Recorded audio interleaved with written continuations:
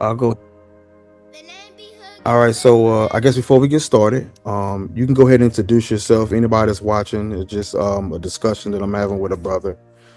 I stand on the stance of that polygyny, the practice of having more than one wife, not to be confused with polygamy. Polygyny is not a sin. It's not against God. It's only against religion, church, etc. My brother did reach out to me, which I'm glad he did, and I will say that I do thank him because it's not often I get to have these discussions with brothers who are believers.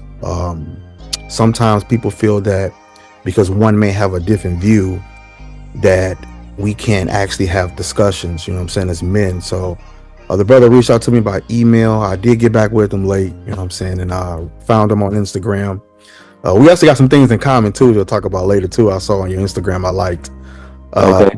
Yeah, so I'm going to tell you about that. It caught my eye. I was like, okay.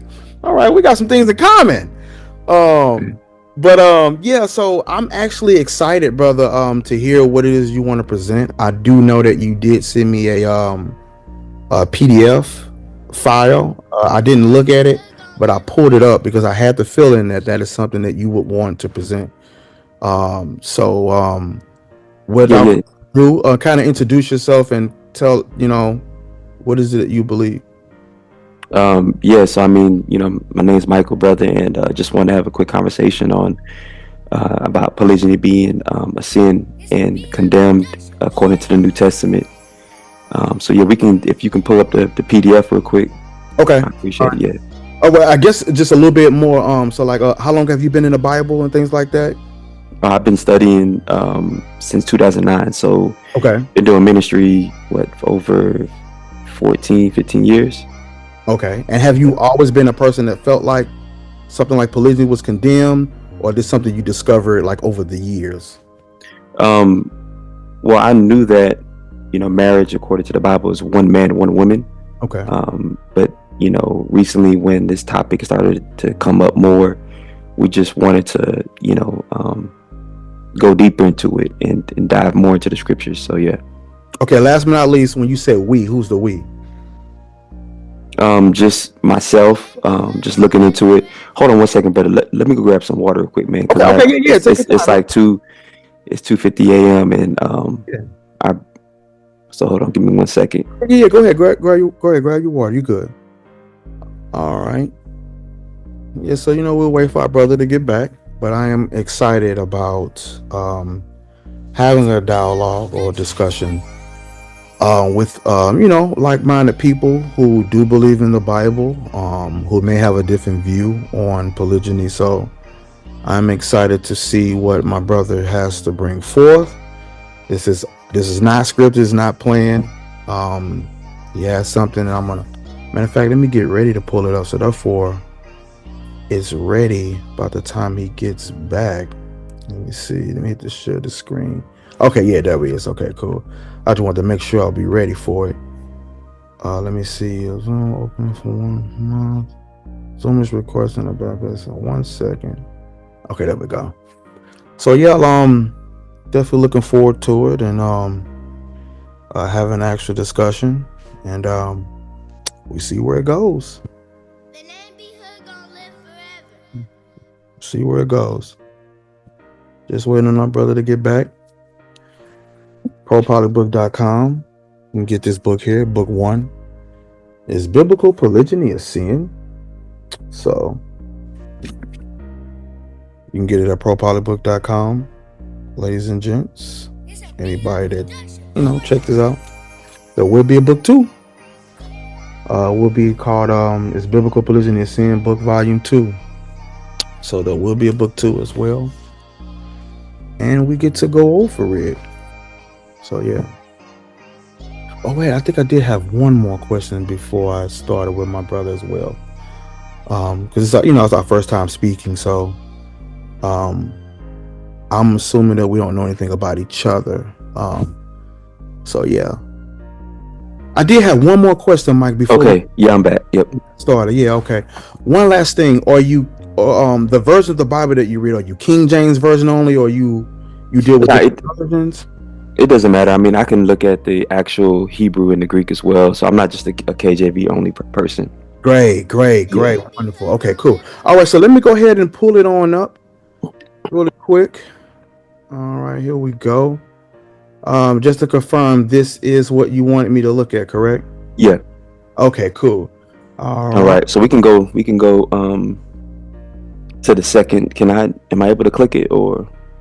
Oh, no, but I can click it for you. Just let me. Yeah, I got you. Okay, yeah. So let's go to the third one. The third one The says third one. Old. Yeah, Okay. Old Testament. Wait. All right. Well, since it says something about polygyny, could we read that one too? Yeah, that's fine. Okay, cool. It says. So this is sorry, a PDF. This is a PDF that I made. Talks about how to correctly answer that polygyny is considered adultery in the New Testament. So in the Old Testament, it was lawful, but in the New Testament, it is condemned. So I believe that we are under a new covenant, and there's been a change of law, like the Bible clearly says. It's not according to the old covenant, like Jeremiah prophesied, that God the Father spoke through Jeremiah the prophet. Right, he says, not according to the covenant that I made with their fathers. So if it's not according to, that means it's a different covenant. Okay. So let's go to the third slide real quick. Okay. All right, go ahead. So adultery was only a man sleeping with another man's wife, correct? You asking me? Yes, I agree. Yeah, Yes. yeah. Okay. So the man or the husband could not commit adultery against his wife. This is why he was able to have multiple wives and it not be a sin, because the status was only based on the wife. All right, so we'll go down to the next one. Slide. Okay. Okay, so adultery is based on the status of the woman only. So this is why a man could have another wife, add on a wife, it would be called polygyny. But if that man, I would like to use the arrow, but if you can, right here. Yeah. If this man slept with this man's wife, that would be adultery. Right, he'll be committing adultery against him, and she will be committing adultery against her husband. Okay, so in the New Testament, Rolling on. yeah, Okay, cool. Go ahead. Adultery is now based on the status of the man and the woman. So we see looking on a woman, which is not married, because Jesus say looking on a wife. It says looking on a woman, correct? To lust after her commits adultery against his wife. We can see this because in Mark 10:11, and he saith unto them, whosoever shall put away his wife and marry another committeth adultery against her. You won't find that anywhere in the Old Testament, a man committing adultery against her, right?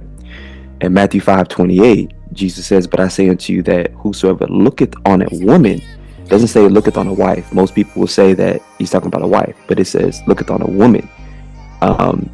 And we can even look at the Greek. It's no possessive. To lust after her has committed adultery with her already in his heart. So this man looking on another woman, right, is committing adultery against his wife. And then we can scroll down to the next slide as well. Right. So New Testament, but I say unto you that whosoever looketh on a woman to lust after her hath committed adultery with her already in his heart. Now we know that it's not talking about two single people, right? So if this man is desiring to be with this woman to marry her, then that's fine. There's no fornication, there's no sin, right? But if he's just lusting after her just, for the sake of it, then that's fornication. But it's not adultery. Jesus says, whosoever looketh on a woman to lust after her has committed adultery with her already in his heart. So this married man is the one who can commit adultery with her already in his heart against his wife. You see that? So so Jesus is talking to a married man. It's a single man cannot commit adultery with a single woman, only a married man. And then we can go down to 7 real quick, and just to kind of show. So Jesus speaking to married men, Matthew 5:28, you see that on a woman it's just gune, and then when you see in Matthew 5:32, gune autos, which is his wife. So it lets you know it's possessive, his wife. But you don't see that in 28. And then Isaiah 4. But before we do, can we deal with the first part first, and then we can kind of Go ahead. Okay, so I do want to go back up really quick. All right, so the part here, there's some things that we do agree on, there's some things that we don't agree on, and this would be great. We can definitely go through the whole slide regarding. Mm-hmm. All right, so the part here where it says adultery was only well, as we don't have to deal with that because we agree with that part. Mm-hmm. Mm-hmm. Part here dealing with what we call the New Testament. Now, earlier I did ask you if you were King James version only, and you did say that you do read other versions. You're able to go to the Hebrew and you're able to go into the Greek as well. Mm-hmm. Okay, cool. That being said, I first want to pull up. Before we do, are you familiar with the William Tinsdale Bible?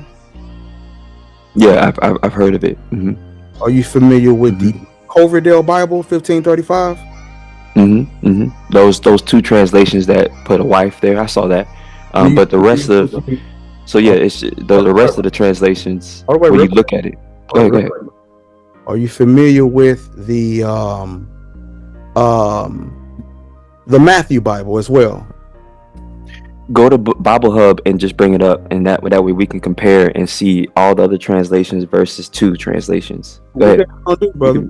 But before we do, I'm asking you, are you familiar with these first? We definitely going to do it. I've heard it, but I haven't looked at them or studied them. So yeah. That's exactly what we're going to do, and we're also going to go into even the Hebrew New Testament too, because you did say that you can go into the Hebrew too. So we're going to take a look at all of these. But before we do, they do exist. There's the Matthew Bible, do exist, 1537 edition. We also have Coverdale Bible. You can get them both here. This one is the one I'm actually speaking about. The one that goes from Psalms to Revelation. Mm-hmm. William Tinsdale Bible, 1526. All right, so let's go ahead and pull it up real quick. Where we at? 1 second. Oh yeah, it is on this one here. Now let me ask you a question. When you translate from Greek to English, you know that it's sometimes biased by the translator, correct? Well, you asked a question. I gotta show this first. Okay, go ahead. It's my turn, and you can ask me any question that you like. But we got over the first part first. We'll speak about this. You ask anything that you like, but that's why I asked you in the beginning, where you KJV only, and you made that clear that you wasn't. Mm-hmm. Okay. So that being said, I got an idea. Hold on 1 second. 'Cause I'm going right here. Coverdale Bible Hub. Oh, well, we could just go here, unless you want me to pull it up from Bible Hub. Yeah, Bible Hub can actually show the rest of the other translations compared to that. So yeah. I've already seen it. But right now, go to Bible Hub. We on the version that I just mentioned first. But again, we can go to anything else. One thing you'll like about me, I don't like to move from one thing to the next. Yeah, so let's just stay on Bible Hub. Let's go to Bible Hub. Right. Because it has all the different translations. Bible, here we go. Yeah, here we go. Okay, cool. So Genesis. Coverdale. Okay, here we go. Let me see 1 second. How do I? Okay, here, Coverdale Bible. Boom. Matthew chapter 5. Oh, sorry about that. Here we go. 3, 4, 5. Chapter 5, verse 27. Let me make it bigger for us real quick. It says, "You've heard that it was said to them of old time, Thou shalt not commit adultery. But I say unto you that whosoever looketh on a wife, lusting after her, have committed adultery already with her in his heart," meaning in his heart. So here it is, long even before the King James Version Bible, it had the word wife there. And I'm going to prove that even the King James Version of the Bible, even still, is still talking about a wife. I'm going to prove that though. But before we do, I want to show this first. It's from the Coverdale version of the Bible, 1535. It literally said, but I say unto you that whosoever looketh on a wife, lusting after her, have committed adultery already with her in his heart. We'll go back to the next one real quick. We did the Coverdale Bible. The next one is the Tinsdale Bible as well. Let me go out here. Boom. Go down to Matthew 3, 4, 5. Here we go. Chapter 5. Same thing. Adultery. It says, "You have heard how it was said of old." I'm sorry. You have heard how it was said to the of old time, "Thou shalt not commit adultery." But I say unto you that whosoever looketh on a wife lusting after her have committed adultery with her already in his heart. Now, before we continue, what do you know about the the Tinsdale version of the Bible? That was say it again. The Tinsdale Bible was the first what? What do you mean the first what? The first translation as far as? Yeah, I've heard about the Tinsdale Bible, but when you compare that translation with other translations, you look at the majority. The majority is looketh on a woman. I don't argue that, but the Tinsdale version of the Bible, it was the first what? There's something important about the Tinsdale version of the Bible. It was. Go ahead, tell me. Because remember, your argument is other translations. You said we go to BibleHub.com and we can look at the other translations. The majority of the translations will have the word woman in it and not the word wife. But I'm asking about the Tinsdale Bible for a reason. Go ahead. What's the difference between this one? What is the importance of this one? This was the first what? This was the first English Bible translated from the original languages. Am I wrong? I guess I would have to. I think so, but I'll have to look at it just to confirm before I agree. Can you read what that says right there? Right here. Yeah, the first English Bible translated from the original languages. Okay. Oh, I'm not wrong on that. So your argument was making the comparisons to the other versions. However, I just took you to the first one, dealing with the translation. I'm not even done though. Okay. To the Matthew. That's one reason why I said even deal with comparisons. It don't matter because I just took you to the first. We're dealing with the translation when we're dealing with English. No, that's good, brother. But there's still other things. Brother, hold on, you gotta let me finish because when you did your thing, I didn't cut you off. I let you bring your presentation, and I didn't cut you off. I let you do your thing. I ain't even got started yet. Okay. It's a Matthew Bible real quick. Matthew Bible Hub. Oh no, that's gonna go with Matthew. Hold on, wait. I think I need to put. Hold on, wait. Matthew Bible 1537. Bible Hub. I think this is it right here. Yeah. Okay, here we go. I think this is it. No, hold on. Okay, I guess I'll pull it from here because I don't know what's going on with that. Matthew chapter 5, verse 27. Let me make it bigger just to make sure it's seen. Okay, here we go, brother. It says, "You heard how it was said to them of old time, Thou shalt not commit adultery. But I say unto you, that whosoever looketh on a wife, lusting after her, have committed adultery with her already in his heart." So again, as you try to give your argument later dealing with the other translations, I'm going to versions that were before the other versions of the Bible that you're mentioning. And it had the word wife in it. Now, I got a few more, and then I want to deal with everything that was on that slide. Okay, cool. You brought out. So we did the Tinsdale Bible, which is the first English Bible translated from the original languages. We went to the Coverdale Bible in 1537, and then we went to the Matthews Bible, the Coverdale Bible is 1535, and then 2 years later you have the Matthews Bible edition as well. And look, not to mention when you look here on the Matthews Bible, it even tell you right here, on the back. Look at that. Combining the translations of William Tinsdale and Miles Coverdale, edited by John Rogers. Literally, so these two form this one. And then later we're going to learn why that's important dealing with even the King James Version. But that's later though. But let's pull it back up. It uses the word, but I say unto you that whosoever looketh on a wife, lusting after her, have committed adultery with her already in his heart. It had the word wife there in the earlier versions. And later, as you and I both know, it's a woman, which is still going to be important later. That being said, let's pull this up real quick. Boom. You can see my screen? Yeah, I can see it. Okay, cool. So it says Habisora Hakidosha al Pi Matai Perek Hey. So which is what, brother? What are we looking at there?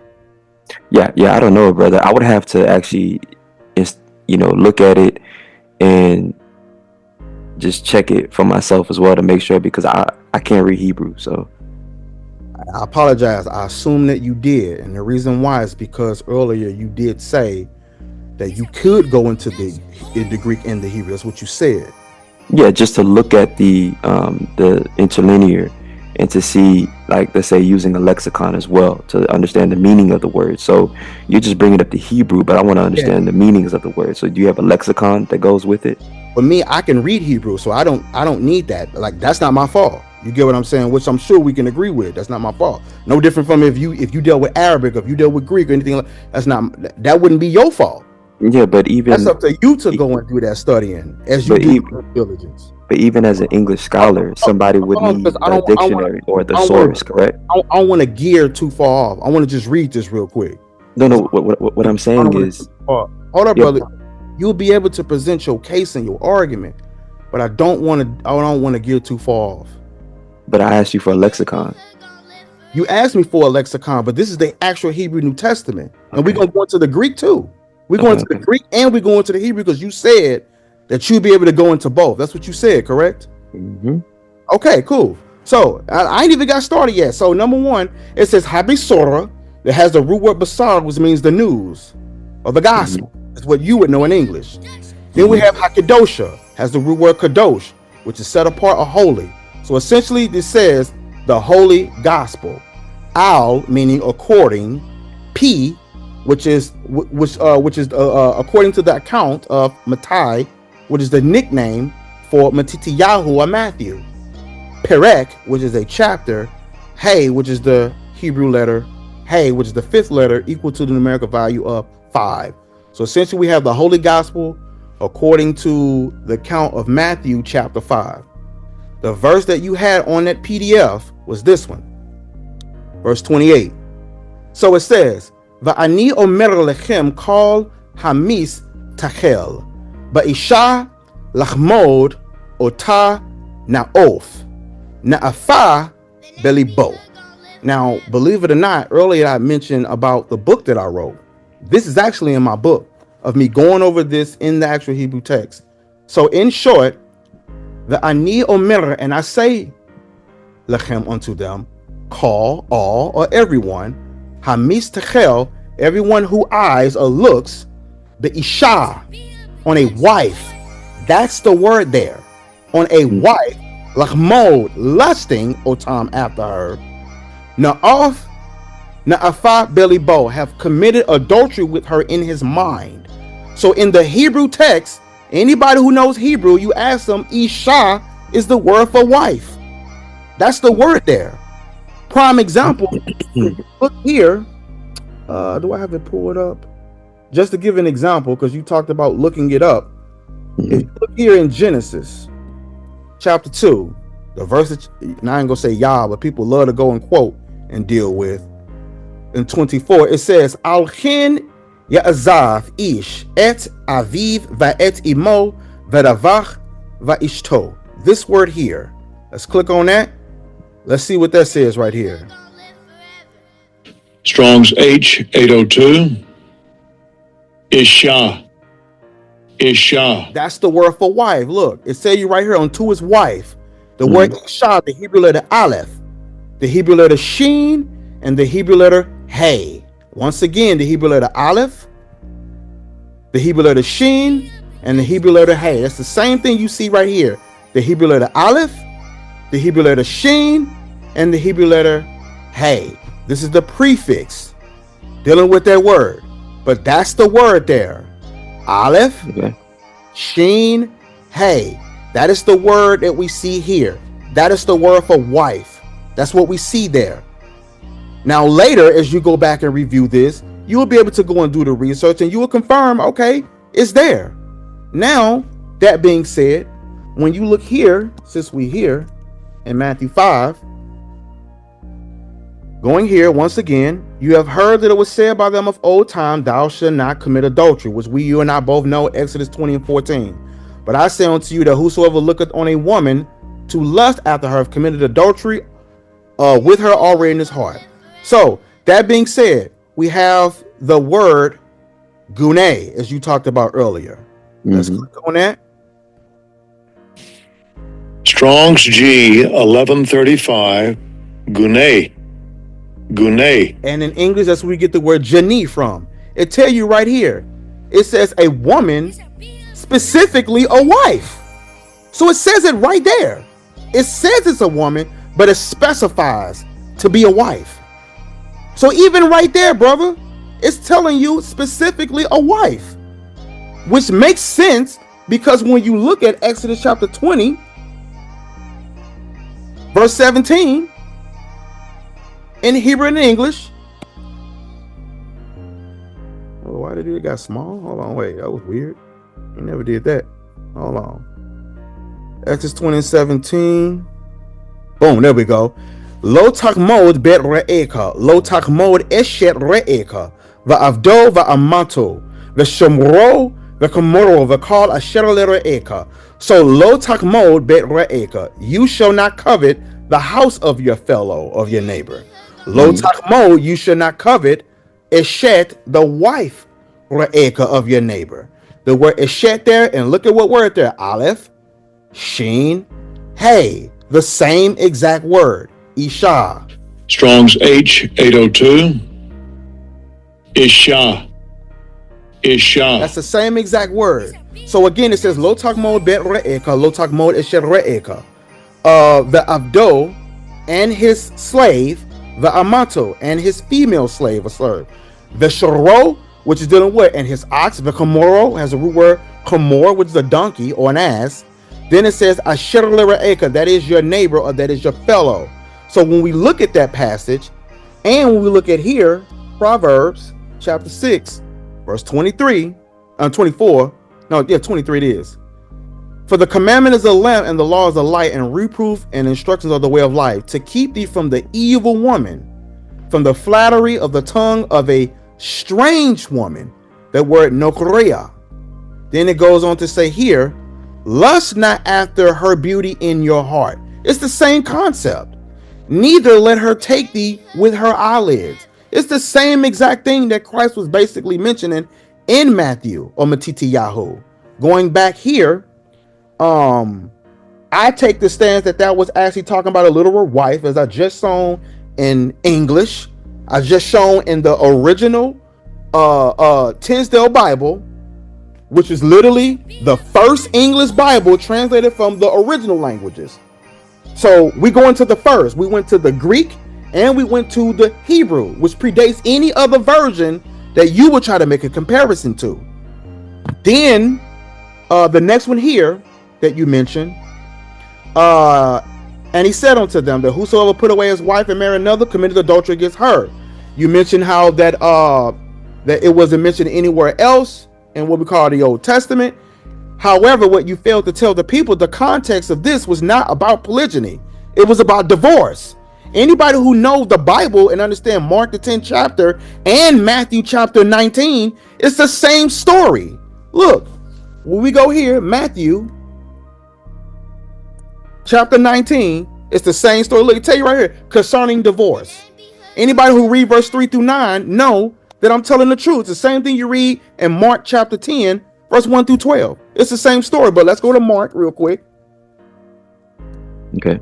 Mark account. And then I have a question for you. Okay, cool. I'm actually almost done with your presentation. Then yeah, you can ask any question that you like, brother.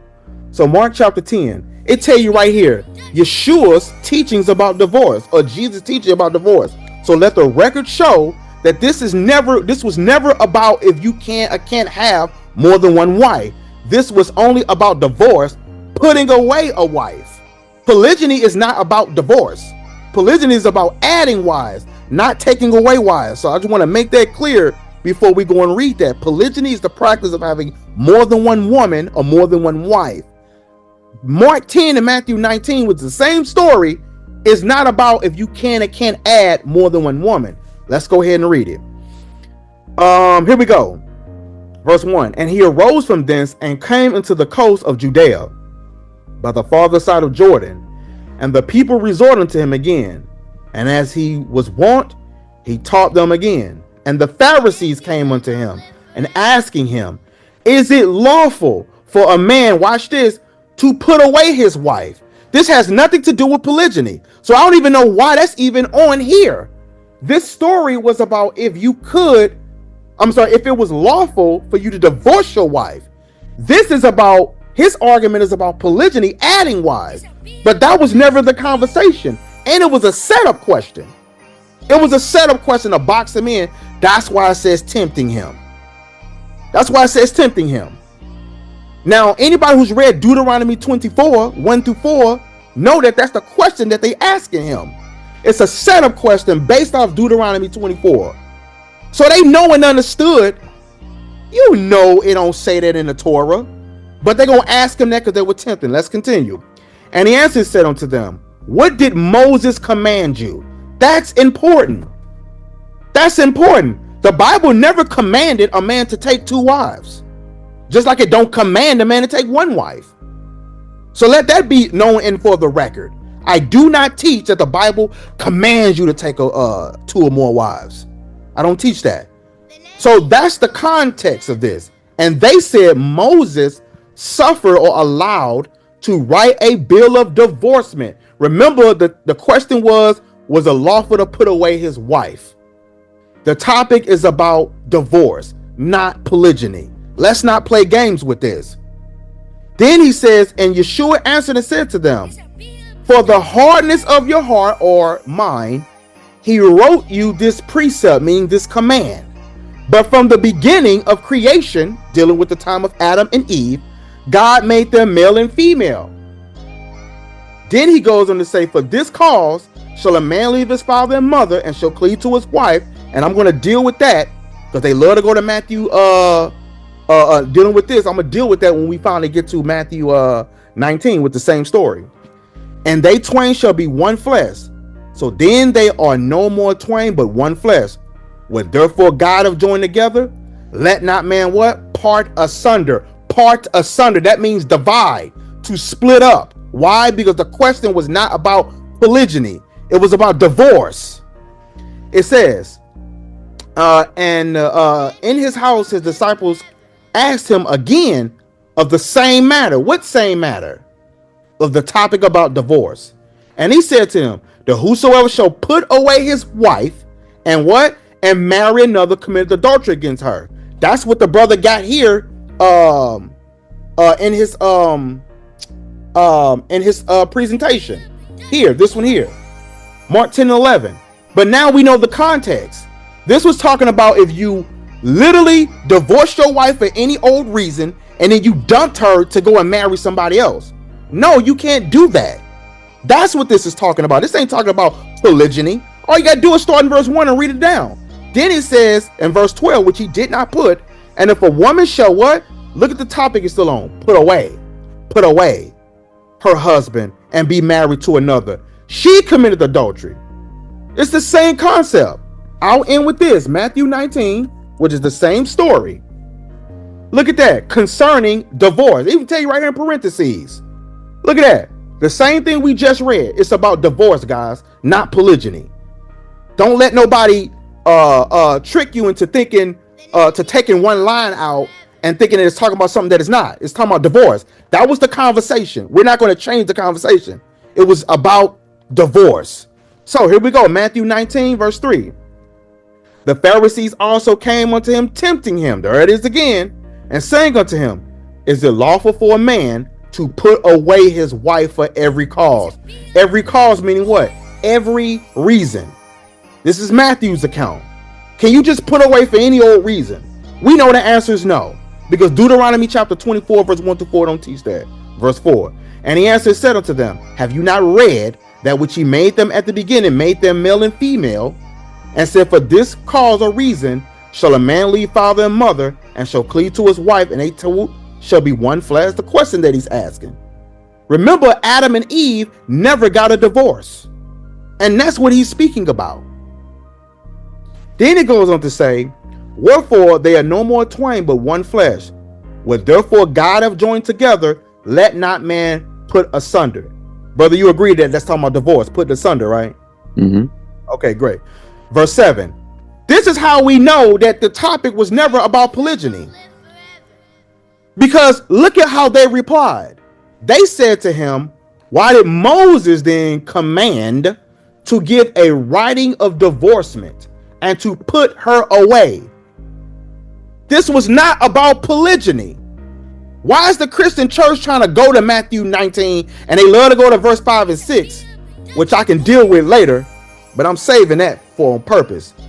But this is about divorce.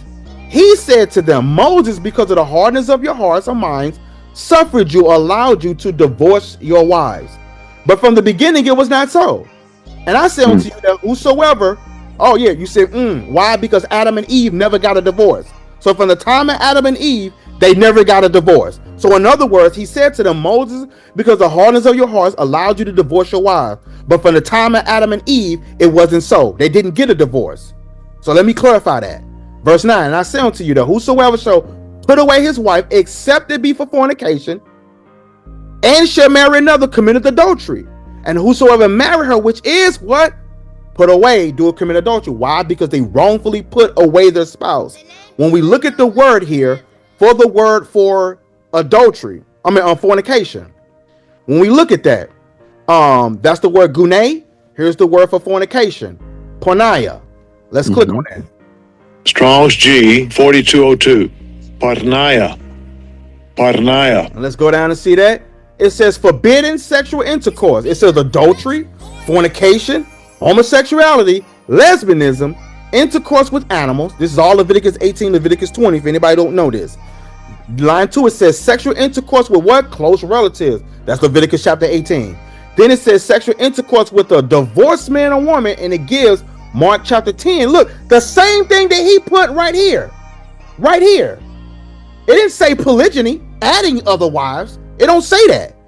Then it says metaphorically, meaning in a metaphorical sense, it means the worship of idols. That's Ezekiel chapter 16, Wisdom of Solomon 14:12. You got Revelation 2. Then it says of the defilement of idolatry and cured by eating of the sacrifice offered to idols. Strong's definition. Harlotry. That's prostitution, including adultery and incest. In a figurative speech, it means idolatry, aka fornication. Nowhere on here do we see having a second wife. That don't exist. Okay. So here it is in this text.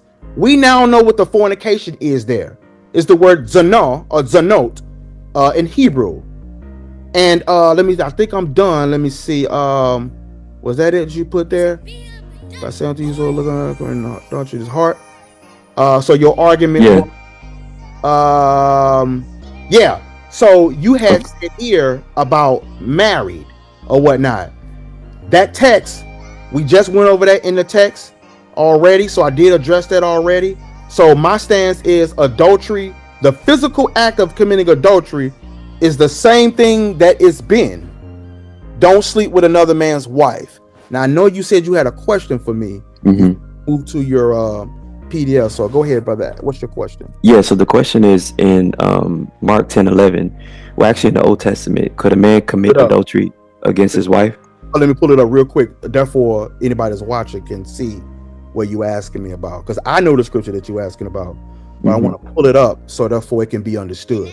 Okay, so go ahead. Ask your question again. You asked about Mark 10:11. Mark 10:11. Okay. So in the Old Testament, could a man commit adultery against his wife? In the Old Testament, could a man commit adultery against his wife? Here we go. We got Deuteronomy chapter 22, and this is what it says here. It says, if a man be found lying with a woman married to an husband, then they shall both of them die, both the man that lay with the woman and the woman. So shall you put away evil from Israel. It says, if a damsel that is a virgin be betrothed unto a husband. So even if she was betrothed, it comes from the Hebrew aras, which is a legal relationship. It says, and a man found her in the city and lie with her. The next verse says, then shall you bring them both out into the gate of that city, and you shall stone them with stones that they die. The damsel, let's find out why, because she didn't cry out. She didn't say nothing. Being in the city. And the man, that's finding why he had to die. Because he had humbled his neighbor's wife. So shall you put away evil from among you. So for what we call the Old Testament, adultery is when you slept with another man's wife. Okay, so my question to you was, can a man who has a wife commit adultery against his wife in the Old Testament? Not if it's there, not in the sense of because he took another wife. So let's make that clear. So meaning my stance is, if you're asking me that, never in a sense because he took a second wife. Never. So how would he commit adultery against his wife in the New Testament? In the New Testament, well, number one, I'm glad you mentioned that term. For the record, there was no such things as books called New Testament. There's no such things as New Covenant. Okay. There's no book called New Covenant either. That's religion. That don't even exist. And the reason why I'm stopping there is because people who have been indoctrinated try to separate the Bible. That don't exist. So let's make that clear for the conversation. At the Council of Laodicea, that's when that came about. And just real quick, I'm not changing the topic, but I just want to show that real quick. That's when you get the word New Testament from. Council of Laodicea. That's when this came about. Man began to do this in the 4th century. They came with 60 canons. Canon is just Galatians 6:16. Canon is just a Greek word which means rule, authority, or measurement stick. You agree with that? Yeah, but let's stick on the topic, brother. Okay, I'm gonna just read this law real quick. This is what it says right here. Okay. It says, these are the books of the Old Testament, and then they names them here. And these are the books of the New Testament. I didn't want to gear too far off, but I just want to show that. But go ahead, brother. So how can a man commit adultery against his wife according to the New Covenant? According to the New Covenant, we just read in Mark chapter 10. I don't deny what the Bible says. I just always deal with the context of what it's saying. Okay. So dealing with that, if you wrongfully put away your wife, dumped her, in other words, for somebody else, you committed adultery against her. Now you breaking the covenant. You got to remember, he told you from the matter of fact. Let me go pull it up real quick. How is he violating the covenant by marrying another? Hold on. Remember, the question was this. We can never get away from that. Because the marrying another is causing the violation of it. Yeah, only if you wrongfully put away. Remember, the question was about, is it lawful for a man to put away his wife for every cause? And look, and one reason how we know that, because if I ask you right now, what is sin according to chapter and verse? What is sin? Transgression of the law. So which means, what does transgression of the law means? Sin. I don't think breaking a commandment. Breaking a commandment. Is that what you're looking for specifically? 1 John 3:4. I do agree. Whosoever committeth sin transgresseth also the law. That word transgressive means what? To break or to violate. It means to rebel. In other words, correct. It's the same thing. Yeah, I know, but I'm saying, but the correct term would be rebel. Okay. Or to commit a crime in the Torah. All right. So it says, for sin is the transgression of the law. The law is written where? It's written on our hearts. That's no. It's not. You're talking about Hebrews, and that ain't even happened yet. Okay. Well, let's go back to my question, brother, because we're kind of. You can't deflect. It says transgression of the law. Where is the law written at? I don't know. You tell me, brother. No. We can't do that. I don't know. You tell me. Because I don't. So I don't know how to answer your question. So I don't know how to answer your question. You tell me, brother. We can't do that, brother. Look, one thing we can't do is play games. You know where the law is written at. Where's the law written at, brother? I don't know how to answer your question. I'm serious. Where's the law written at? No. I'm asking you. Where is it written at? It says the transgression of the law. Where is the law written at? How do we know what the law is? We have the Bible, so the Word of God, right? Is that what you're looking for? No, that's not what I'm looking for. I'm looking for the actual answer. Where is the law written at? It says sin is the transgression of the law. Treat me like I've never picked the Bible up. Where is the law? Because look, Paul said this. I don't know why we got to do that, bro. Bro, Romans because chapter 5 verse 13. It you're says not answering my question in Mark 10. it says, "For until the law, sin was in the world, but sin is not imputed when there is no law." When you look at the verse before that, Romans 4 and 15, it says, "Because the law worketh wrath, for where no law is, there is no transgression." Meaning, if it's not a law against it, it can't be counted as a sin. Where is the law? So, brother, if I just gave you an honest answer, I don't understand how to answer your question. Then let's keep moving. No, we're not gonna deflect, brother. We're gonna make sure we on one accord. Where is the law written at? You telling me you don't know where the rules at? Brother, we have the Bible. It's written in the Word of God. We have it. So what are you specifically looking for? I already just answered that. Sin is the transgression of the breaking of the law. Where is that law written at? Meaning, for example, Romans 6 and 23 said, "For the wages of sin is what? Is death." Okay, then. So how do I know if I don't know if death is coming on the way if I don't know what sin is? For example, I don't know. Look, the same Apostle Paul said this, because we can't get away from that, bro. Why are you not answering my question, brother? We're not going to do that until we admit what sin is. Paul said this. What shall we say then? Is the law sin? God forbid. Even Paul said, "I had not known sin." I mean, I didn't even know what sin was, but by the law. For I had not known lust, except the law had said, "Thou shalt not covet." Where's that written at, brother? It's written in the law. It's the Torah. Is that what you want to say? Where is the Torah written at? Where? What do you mean, where is the Torah written at? Which books of the Bible is considered to be the Torah? Oh, old. You just said old. What do you mean? Old Testament, the Pentateuch, the Mosaic Law. Is that what you're... Which books was referred to as the Torah? You're talking about Deuteronomy. You're talking about Leviticus, right? That's two. You said Pentateuch. That means the 5 books. Yeah, the 5. Yeah. So, okay, come on. Let's keep the conversation moving and let's get back to my question. You agree is Genesis, Exodus, Leviticus, Numbers, to Deuteronomy. That's the Pentateuch or the Torah. Yes. Okay, bro. So that's all I was saying, bro. That's why I wouldn't let us go nowhere else, because it's like you couldn't. It was like it was too hard for you to answer. Where's the law? Sin is the transgression of the law. The law is found in the Torah, in the Pentateuch. That's all I'm saying, bro. That's why I didn't let us go nowhere else. Okay, cool. Now, and I apologize. Look, I know I get passionate. All right, so I think I'm gonna let you ask me a question. What's the question you want to ask me? Yeah. So the question was in Mark 10 specifically, because you didn't answer it. Okay, let me pull it back up. Because the sin that Jesus is talking about is marrying another. Mark 10 and 11, brother. It says, "Said unto them that whosoever shall put away his wife and marry another." That's what you're talking about right there. Yes, commits adultery against her by marrying another and putting her away. So even if you... Oh, go ahead. So even if he marries another, right, he's committing adultery against his wife, because you won't find committed adultery against her anywhere in the Old Testament. You can give me a scripture or a verse about in the Old Testament a man committing adultery against his wife. You gave me scripture about a man committing adultery against another man's wife, but you did not give me one verse about a man committing adultery against his own wife. Correct.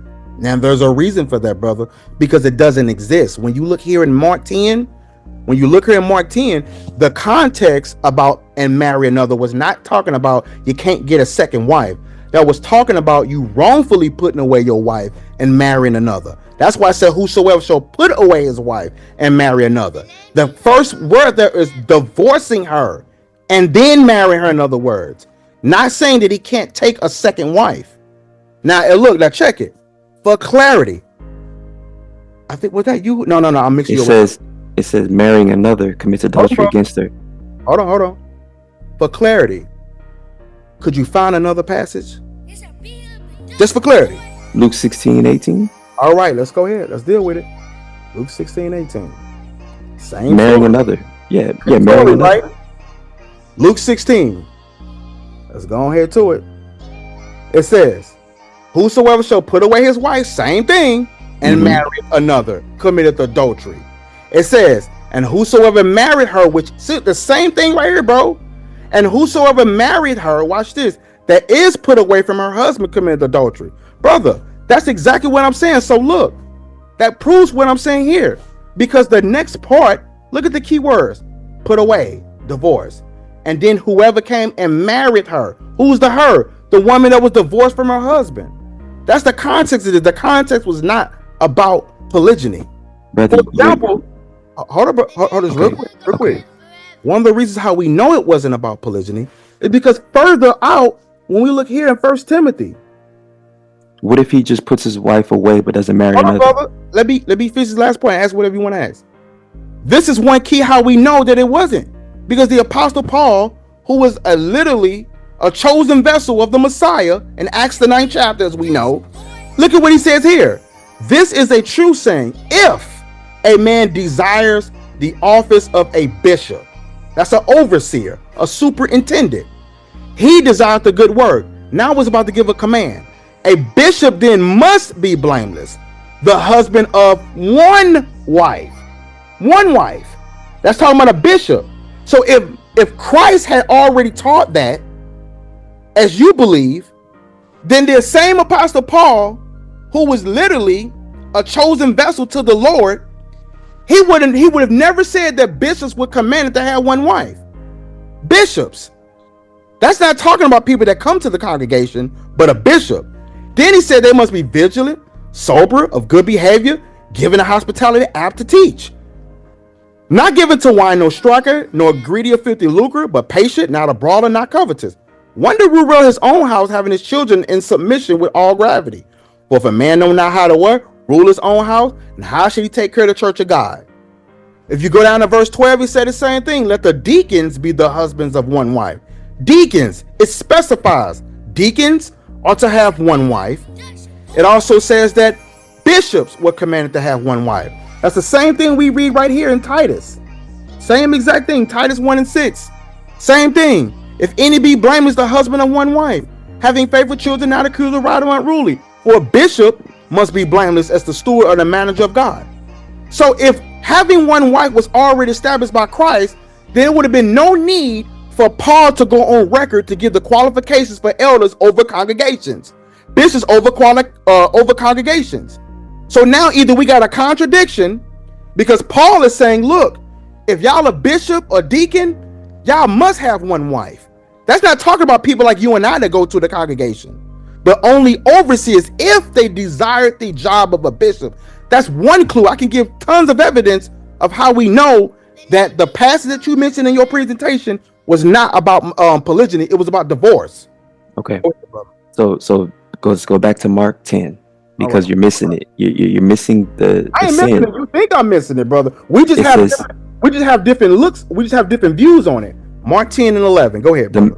The marrying, whosoever shall put away his wife and marry another. If he just puts his wife away, he's not committing adultery. But if he marries another, he's committing adultery against her. Marrying another, put her away. Marrying another is committing adultery against his wife. If he wrongfully put her away, look, it's like you missed. No, brother. You missed verse 1 through 10. It says teachings about divorce. But brother, about divorce. But brother, go ahead, brother. Is there a command in the Old Testament if a man divorced his wife in the Old Testament and married another, is he committing adultery against her? Brother, right here in your presentation, like brother. No, this time out. Hold up. You can't dictate how I'm gonna answer it. Right here in your presentation, it says adultery was only a man sleeping with another man's wife. But you turn around and ask me something that's already in your presentation. I made it clear earlier that I agreed with that. Okay. So, brother, hold up. You asked me a question that I told you earlier that I already agreed with, but now you turn right around and ask me again as if my answer is going to change. I agreed with the earlier part of your presentation. It's just that when I have different views on it. Now, my question to you is this. If you're saying that Mark 10 and 11 is about adultery, then according to the Bible, can you produce another scripture? Why did Paul say that bishops, deacons, and elders can only have one wife? If it was already established with Christ, you got to answer that according to the Bible. Give me another passage. Brother, I gave you, there's Mark 10, there's Luke 16. That's right? The same story. Marrying another is committing Same adultery. story. Let me clarify, brother. Can you hold not understand it? Can I finish real quick? Clarity in another story. Okay, so that will paint the same picture that you're speaking about. Let me ask you a question. No, brother. Can you do that or not? What? Wait, what are you saying? The same story? Listening to respond, brother. Let's slow down. Okay. I'm asking. Mm-hmm. If the Luke 16, 18, Mark 10 and 11. Mm-hmm. And Matthew 19. Matthew 19. It's 3 verses. Correct. Of the same story. I'm asking, can you produce another passage to produce your argument outside of the same story? Because it seems that you and I have a different view on the same story. And the reason why I asked that is because remember I just asked you in 1 Timothy 3, Titus 1, it talks about the bishops, the deacons, and the elders. They were commanded to have one wife. Remember earlier I said, if it was already established, doing them 3 scriptures that you mentioned, doing Christ, because Paul followed Christ. Why did he only say only bishops, deacons, and elders can only have one wife? If you could produce your evidence with another passage outside of that story for clarity, that would make a more solid argument. Can you find that? Okay, yeah. So basically when he said, he didn't say only bishops. He said it's the requirement that you must be blameless, that you have to be of one wife. So let's say somebody who has been divorced and remarried, right? Or has been divorced and remarried. They have multiple wives. This is what he's talking about, right? And then also someone who's in polygyny too, who has 2 wives or 3 wives, because you're only supposed to have one wife. This is adultery. So question. This disqualifies you from being a bishop. Brother, we saying the same thing. You're not understanding what I'm saying. But divorce I and marriage. I couldn't be a bishop if I wanted to because I have more than one wife. Maybe you're not understanding what I'm asking you, bro. I hear you, but it's show me adultery. Marrying another. Show me. I just showed you in the scripture. At this point, you're deflecting. Either that or you don't understand my question. I'm gonna ask it again. I'm gonna slow it down because you are not listening. Let's make it elementary. Paul followed Jesus, right? Yes. He was an apostle of Christ, right?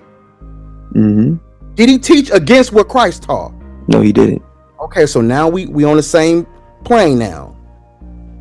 If Luke 16, 18, Mark 10 and 11, and Matthew 19, 3 through 9, is for if it was coming from your perspective, how you see it, just seeing that he didn't teach against Christ, why is Paul going on record saying that the qualifications, because we agree with that, you must have one wife? If Jesus already established one wife, then why is he saying bishops, deacons, and elders? So the reason why I'm mentioning this was because I'm asking, outside of that story, can you produce any other argument, any other evidence? The same thing you basically asked me. You don't see nowhere in the Old Testament where it says that. I'm asking the same argument on you. Outside that story, can you produce anything else that would literally paint the picture of what you're saying? Okay, we can go to Romans 7 as well. Thank you. All right. Romans chapter 7. You sure of Romans 7, right? We can go to Romans 7, 1 Corinthians 7. Which one you want to go to? We go to both. Yeah. So let me ask you a question, brother. Do you believe that, and this is the question that you didn't really answer. If a man divorces his wife, right? Let's say he just divorces her, but doesn't marry another. Is he committing adultery against her? My argument don't change, brother. Those stories was talking about the wrongfully putting away your wife. My question, listen, you're not answering. Okay, what you asking? Maybe I didn't understand your question. Yeah, go back to Mark 10 real quick so you can look at it, and because you're not answering that question. But we're running from Romans 7 now. No, brother, let's go back to Mark 10 real quick. Mark 10. Go ahead. Okay. If that man just divorces his wife but does not marry another, is he committing adultery against her? I'm gonna stick to the topic. If he does not wrongfully divorce his wife, because remember in Matthew 19, the same story, it says here, and the part of that, Let me answer the question, bro. Okay. And I said to you, whosoever shall put away his wife, except it be for fornication. So Christ said that. Now going back to the Mark 10, the topic was literally, what therefore God have joined together, let not man part asunder. I asked you, was that talking about divorce earlier? You agreed. And in the house disciples, and in the house the disciples asked him again of the same matter, the same situation, which was about divorce. That's the topic right there. He asked about the same matter. And he said unto them that whosoever shall put away his wife and marry another. That marry another, I do not take that as polygyny. I take that as literally, if you go back here, they was asking, was it lawful for a man to put away his wife? Literally. Remember in Matthew 19's account, it says here, is it lawful for a man to put away his wife for every cause, meaning for every reason? So that's why I'm saying I'm still sticking to the stance. If he wrongfully put away his wife, then that's an issue there. The topic was literally talking about divorce, not polygyny. If he go ahead, brother. If he divorces his wife but does not marry another, is he committing adultery against her? If he divorced his wife, why did he divorce his wife? I can't answer that until I get the context. Let's just say for a lawful reason, right? What's a lawful reason? Because me and you might got a different view on that. Fornication? Fornication, yes. So if he so let me make this clear. If he divorced his wife for fornication, that what you asking me? Mm-hmm. But does not marry another. And he doesn't marry another. Mm-hmm. No, so because if he divorced his wife for fornication, that ain't adultery. Is that what you asking me? Mm-hmm. So let me ask you a question. Right now, hold on, wait, brother. How are you asking that? And it's right here in Matthew 19:9. Matthew 19:9 clearly says this, and I say unto you that whosoever put away his wife, except it be for fornication. It says, except it be for fornication. Why would you ask me that? And we just went over that a million times. So let me finish. Hold on, brothers. Now I'm not trying to ask you the question now. Romans chapter 7, you claim that you can go to something else. I want to see what you're going to show in Romans 7 and 1 Corinthians 7. So look. The reason why I asked you that question is because the sin of adultery is marrying another, correct? No, only if you wrongfully put away your wife. That's the sin of adultery. Where does it say that he's free to marry Hold again? on, brother. Hold on, wait. Because what you won't do, brother, is deflect. Let's go to Romans chapter 7, because you said Romans 7. Where we going in Romans 7, brother? So that we don't spend all day on that. We can we can literally come back and discuss that. But let's go to Romans 7 and 1 Corinthians 7. What argument you have here? What verse? Because so let's go to 2 and 3, because so it says, for the woman which hath a husband is bound by the law to her husband so long as he liveth, but if the husband be dead, she is loose from the law of her husband. So then if while her husband live she be married to another, she shall be called an adulteress. But if her husband be dead, she is free from that law, so that she is no adulteress, though she be married to another man. This your argument. So when I was bringing in Mark 10, I asked you, if a man divorces his wife but does not marry another, he does not commit adultery. The adultery part is marrying another. That's what it is. It's marrying another. It's a violation of the covenant. You're not getting that. And that's what I'm trying to show you, that marrying another, adding on, is the adultery.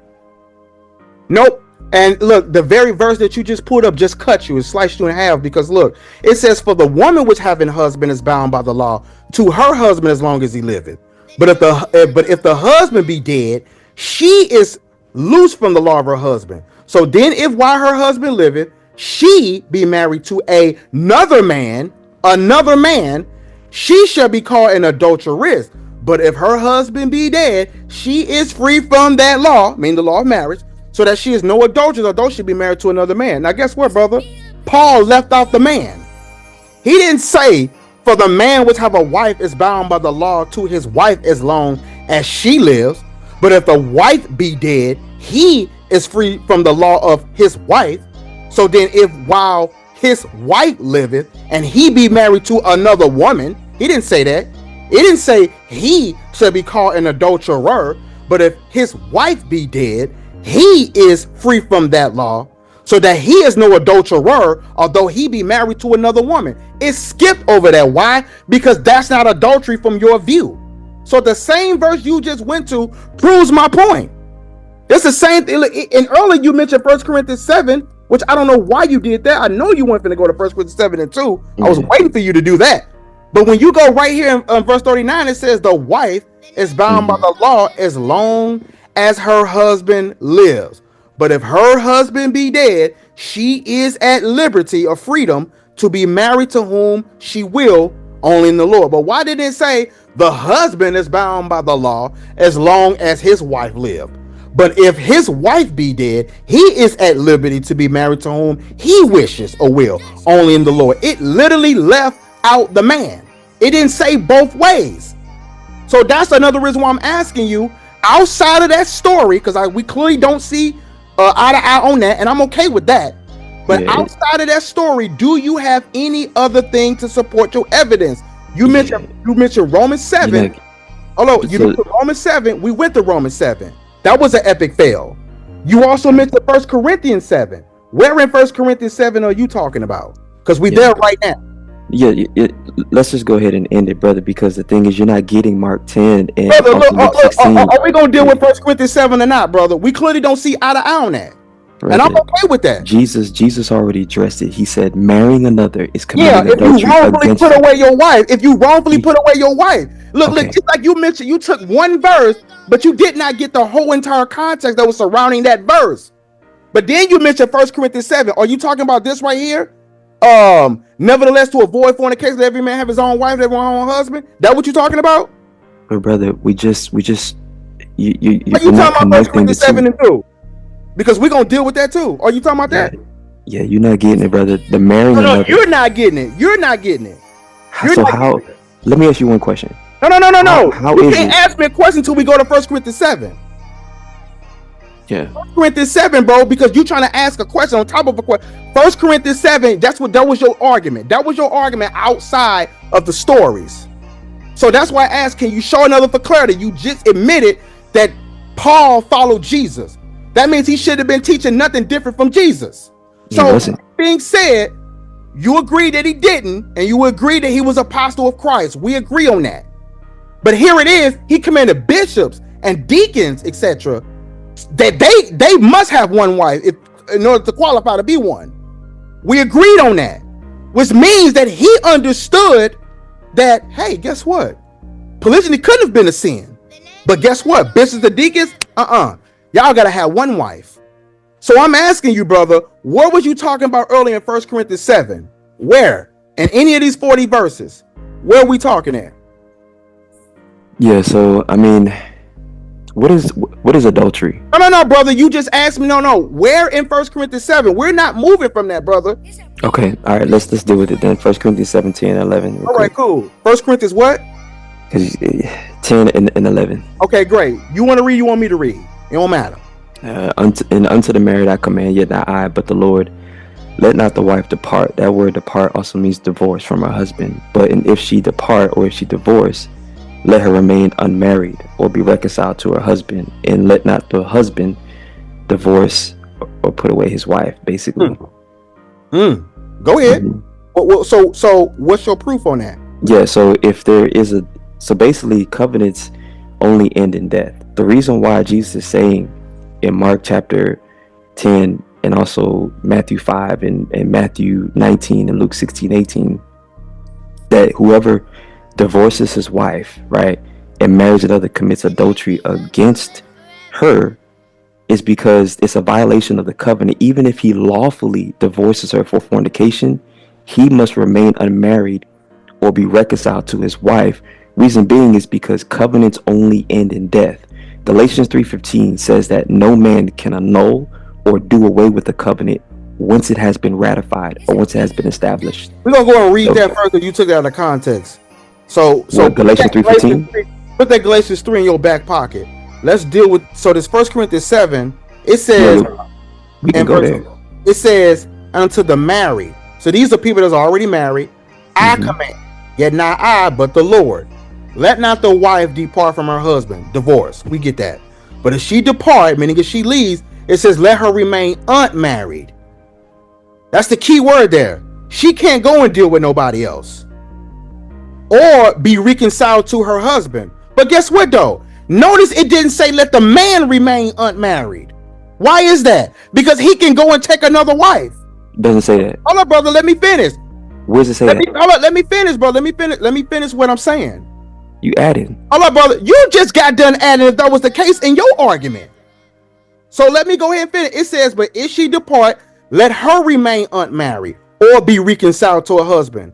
I didn't say the Bible said that. I was saying that it left the man out. Because from our view, and the people in the polygynous community, a man can marry more than one woman. A man don't have to remain unmarried, only the woman.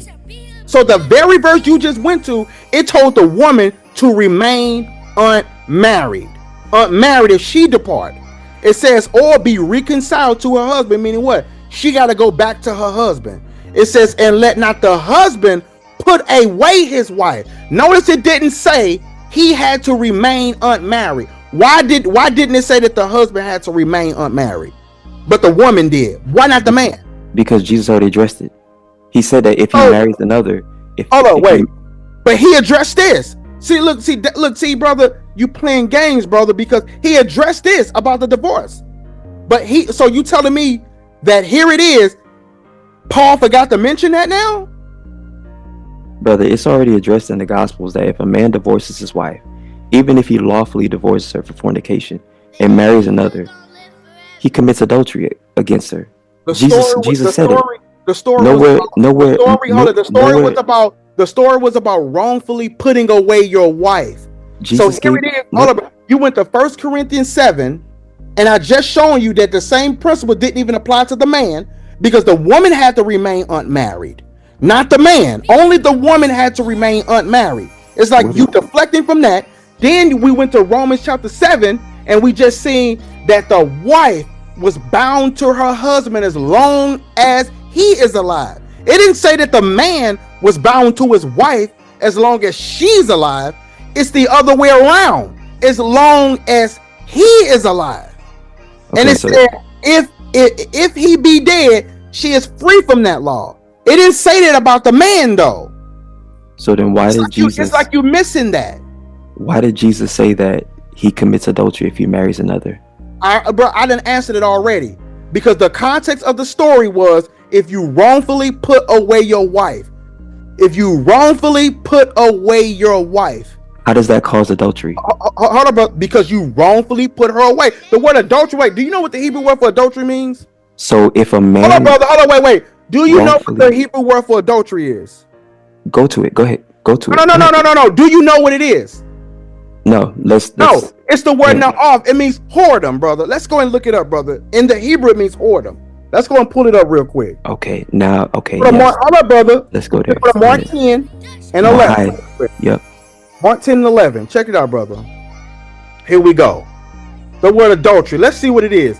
To have unlawful intercourse, watch this, with another's wife. Keep reading. I am. To commit adultery with. Okay. So literally, with who, brother? It didn't say the husband, but it says with another's wife to commit adultery with. Then it goes on to say here, it says to commit adultery. That's what it means. So literally, where we went. Let's go to Luke 16 real quick. So how is a man... Hold on, brother. We can look the word up in every verse real quick. Because you said you did... Brother, hold on. Let's stop this. Because you said you didn't know what it means. Now I'm showing you what it means. I'm showing you what it means, and now you asking me a question, but yet you don't even know what the word means. You said you didn't know what it means. Yes, I did, but I asked you. Yes, you did. So let me show you what it means. Here we go. I'm finna show you what the word means. Because look, brother, in your presentation, right here, in your presentation, you using the same system that I'm using, the Blue Letter Bible. So now all I'm doing is showing you the same thing that's in your presentation from the same site. So here it is. Let's go pull the word adultery. Here's the same word. Watch this, brother. To commit adultery, to be an adulterer. It says to commit adultery with, watch this, have unlawful intercourse with another's wife, brother. With another's wife. It says, look at this, of the wife to suffer adultery, meaning allowed to be what? Debauched. That's Deuteronomy 23 and 17. Hebrews 13 and 4. It says of Hebrew idiom, the word is used of those who at a woman's solicitation, are drawn away to idolatry, i.e., to eat other things sacrificed unto idols. We see it again right here, to commit adultery. So here it is, it's painting the same exact picture that I'm saying. So my question is, according to what we just read, did it say anything about if a man takes more than one wife? Did it say that? Brother, if a man divorces, no. You're deflecting. I see it on your spirit. Did it say that if a man take more than one wife, that's adultery? We didn't read that there, but my question. We didn't read that there. Hold on, I'm in this last point. You can say what you want to say. That's my point. We didn't read it there. So the very system that you use in your presentation, when you look that word up, it didn't say that. That was my whole argument the whole entire time. Okay. Which means that it don't paint the same argument that you put. If you say that it does, that means in your presentation, don't go use blue letter because you don't trust that no more. You don't trust this no more. No, actually I do. You don't trust that no more. But let's go back to Mark 10 real quick, and this will be the last time. Hopefully you can get what I'm saying here because this is clear. Mark 10? Mark 10, 11. Okay, so let's say if this man puts away his wife. No, we're gonna do what shoulda, coulda, woulda. Let's say if this man puts away his wife unlawfully but does not marry another, is he committing adultery against her? And notice I answered that earlier, brother. I answered that with this. It's no, like, brother.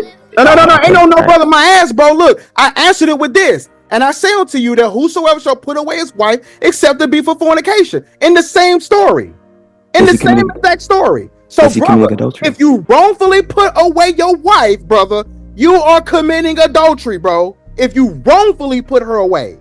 In this text in Mark chapter 10, verse 11, and Mark 10, verse 11, here is the Greek word here. And that word there is literally here, brother. Here. It don't say nothing about polygyny. Brother, go back. Go back where? It says, and marries another. I just asked you a question. If he wrongfully. Oh, you talking about in the text? When you said back, I didn't know what you were talking about. Yeah, I just asked you. Yeah, it doesn't. So if and he marry another. So if he wrongfully puts away his wife but does not marry another, is he committing adultery against her? Brother, you just asked me, and I was very clear on that. Okay. I was very clear on that. Hold on, I'm gonna say it again. My answer has not changed. My answer has not changed. Hold up, brother. Okay. I'm gonna answer it again. Matthew 19, brother. It tell you right here. This is what this story is right here. It's saying, and I say unto you that whosoever shall put away his wife, except it be for fornication, brother. So that's why I asked you earlier, why is he putting away his wife? And you was finna give a hypothetical, like, no. For fornication? He was like, yes. I'm like, okay, cool. So if he put away his wife, with the exception of the reason of fornication, that's adultery. If he wrongfully put away his wife, that's adultery against her. Because they had the covenant that you were talking about earlier. Now I'm asking you, my question to you is this. Can you produce another scripture outside of that story? Because you mentioned 1 Corinthians 7 and you mentioned Romans 7. Can you produce another scripture outside of that story? Yay or nay? Yeah, no, brother. So you're missing. Brother. No. You're deflecting. You asked me a question, I answered. Can you produce another scripture outside of what you mentioned from Romans 7, 1 Corinthians 7, outside the story? Can you produce anything else? Yeah, no, brother. It's all good. No, it's all good because you're. No. It ain't all good because you're not gonna deflect, brother. If you either you gonna say no, I don't got the answer, then we can go back and talk about Mark 10. Yeah, but what you won't do, bro, is sit and deflect. I'm not gonna let you do that. But Mark 10, brother. No. Ain't no talking about Mark 10 until you got another scripture, brother. Do you have another scripture outside of Mark 10, Luke 16, and Matthew 19 with the same story? You said 1 Corinthians 7, we dealt with that. You said Romans 7, we dealt with that. You said Mark 10, 11, we dealt with that. And we pulled the word adultery, and it didn't say the same thing that you said. So even in your argument, you use a blue letter. You even talked about earlier, I don't do KJV only. Go to Blue Letter because it has different variations of translations. So you deal with different resources. So let's not play games. Now all of a sudden we read a definition out there. Now you got a problem with it. So that's why I'm asking, do you have another scripture that we have not went over today to produce your cause? Is there another scripture? Yeah, no, I don't. Okay then, brother. Look, that's all I... Now notice, bro. Notice that when you don't deflect, bro, I calm down. That's all good now. You don't. So let the record show you don't. Now would you like to ask me? Yeah, so and when you go over and watch this again, like listen to my question, like really listen to what I'm saying and listen to what you just said, because you totally missed the fact that Jesus says, and marry another commits adultery. It's not the man putting away his wife. Like it's the marrying another, which is the committing adultery. And you're missing that. Because the way that you answered me, you said, please don't cut me off. Please don't cut me off. Because you can rewind this, and your answer, what you did twice, was you said if the man divorces his wife unlawfully, commits adultery. But Jesus didn't say that. Jesus said, whoever shall put away his wife and marry another. You were leaving out text and giving me a wrong answer. So that's why I was like, let's just end it, because you're not being honest right here with this part. And marrying another, it's clear as day. I believe what I read in the scriptures. Marries another, commits adultery against her. That's what it is. It's not the man just putting his wife away. Because if he puts his wife away but doesn't marry another, he's not committing adultery against her. But if he marries another, he's committing adultery against her. Okay, so that's what I was trying to get you to understand. But that's it, brother. It's getting late. The fact that you thought that I didn't. That's why I asked you if Paul followed Christ. You said yes, correct? Yeah. And did Paul teach against Christ? Did he teach anything different from Christ? No. So that's why I asked you. If Mark 10 and 11 was from the perspective that you're saying, the marry another part, then why did Paul only command bishops, deacons, elders to only have one wife, seeing that he followed Christ, was an apostle of Christ? Why would he teach anything different? Yeah, he's not teaching anything different, brother. But I mean, let's go ahead. Hold on, wait. But if he's not teaching anything different, then how is it that me and you coming with a different conclusion then? If he's not teaching anything different, because remember, the same apostle Paul said this, and I'm going to go right back and deal with that Mark 10. The same apostle Paul said this in 1 Corinthians 11. So, brother, it's hold on. 1 Corinthians 11, he says, be ye followers of me, even as many, just like I also am of Christ. So he's saying, follow me, just like I follow Christ. So when we go back to Mark chapter 10 and 11, what you're saying is here is, and he said unto them, whosoever shall put away his wife, the divorce part. But you're focused on this part, and marry another. And you're saying that if he did that, then that's adultery. And because of that, you can't have more than one wife. You think I'm not listening to what you're saying? Brother, I heard what you said the first time I've heard this, brother. So why'd you leave it out when I asked you to answer? Brother, hold on, let me finish. Because you made the argument earlier. I'm going back and address what you said earlier.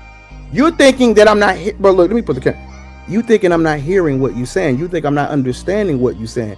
You said, go back and rewind this, because you were saying that you're not listening. You're dealing with another part, and said that the part that you mentioned is adultery. One of the arguments, even before dealing with this, was you said that Paul followed Christ. And you admitted that he didn't teach nothing different from Christ.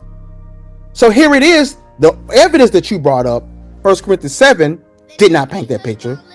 Romans 7 certainly didn't paint that picture, which means that either we got a contradiction, or you don't understand Luke 16:18, Mark 10 and 11, and Matthew 19:3-9. The whole context was about if you can divorce a woman for every reason. Now let's go back to the Mark 10. Here it says Jesus teaching about divorce, not divorce and polygamy, as y'all would say. But then when we read here, and he said unto them that whosoever shall put away his wife and marry another, the part that you're talking about, committeth adultery. That word adultery I asked you, what did the word adultery mean? In that text, you said you didn't know. So you basing an argument on something off a word that you don't even know what it means. So that there shows that you based something off a word you didn't know. I asked you, what did the word mean? In Mark 10 and 11, if he committing adultery, and I asked you, well, what that word mean in the text? I don't know.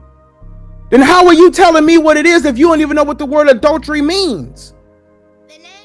If you don't even know what it means, the very source that you use in your presentation, because we still ain't even go, look, we ain't even go over, matter of fact, bro, you still got more dealing with Isaiah 4. Do you care to go over this? I mean, it's simple. People can look at it. They can just, go to my link and cite in. But right here, I'm saying that you're wrong. Right here, I'm saying you don't know what you're talking about. How? You want to know? Okay, so go ahead. Present your cause. I mean, it's simple. Isaiah 4:1. Most people say that this man is taking 7 women to marry them, but it doesn't say that he took them as wives. That's adding in the Bible. Mm-hmm. Clear as day. It doesn't say that the one man then took the 7 women as wives. And which version of the Bible is this, brother? Just for clarity, because remember earlier, I did ask you, are you King James Version only? And you said what? No. No, correct? Yeah. Okay, cool. Now, so for the record, you just said that you're not King James Version only. That being said, brother, check this out. Here we go. Isaiah 4:1. Mm-hmm. Good word version. Let me put here we go. 1 second.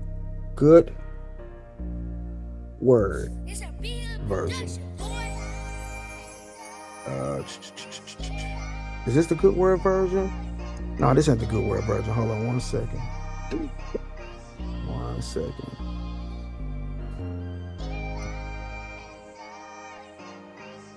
Good word version. I think it's the good word. Hold on, let me make sure. Hold on. Give me 1 second. Mm-hmm. Okay, here we go. Is the standard version. Here we go. Good words translation. Right here. Can you read that for me real quick, brother?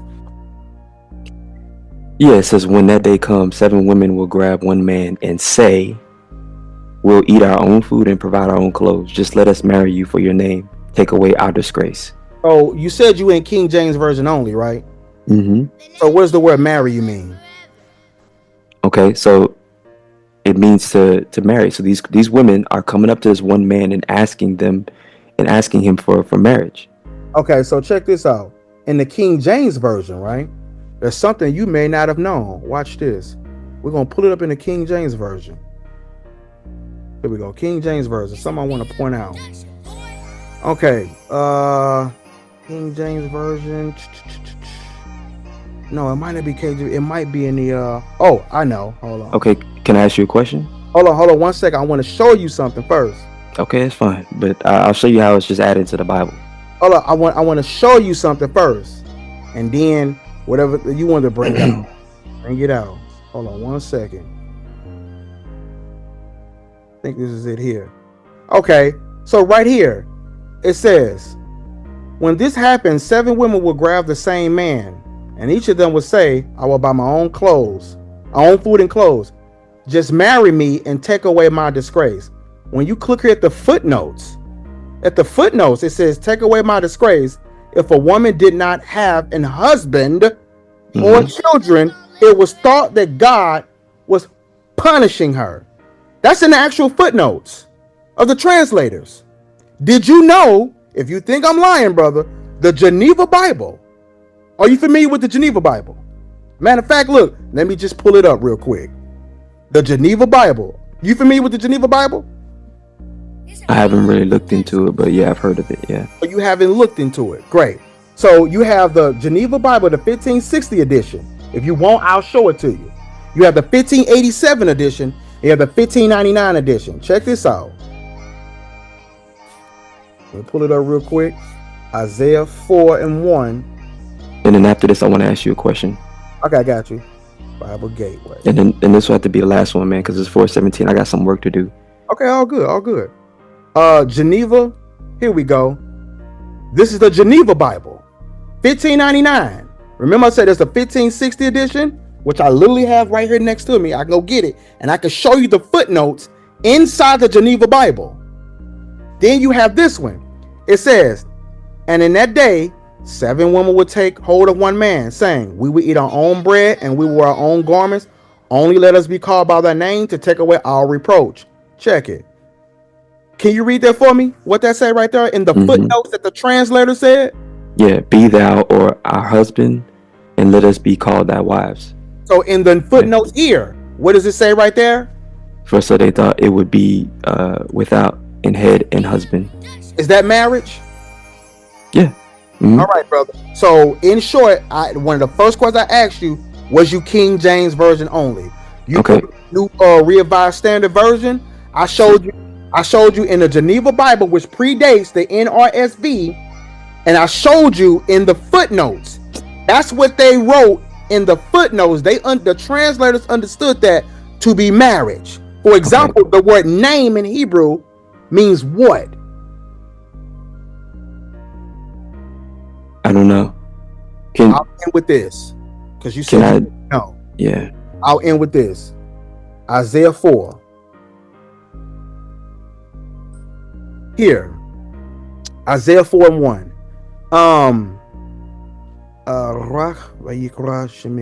Your name right here in Hebrew. Shame in Hebrew.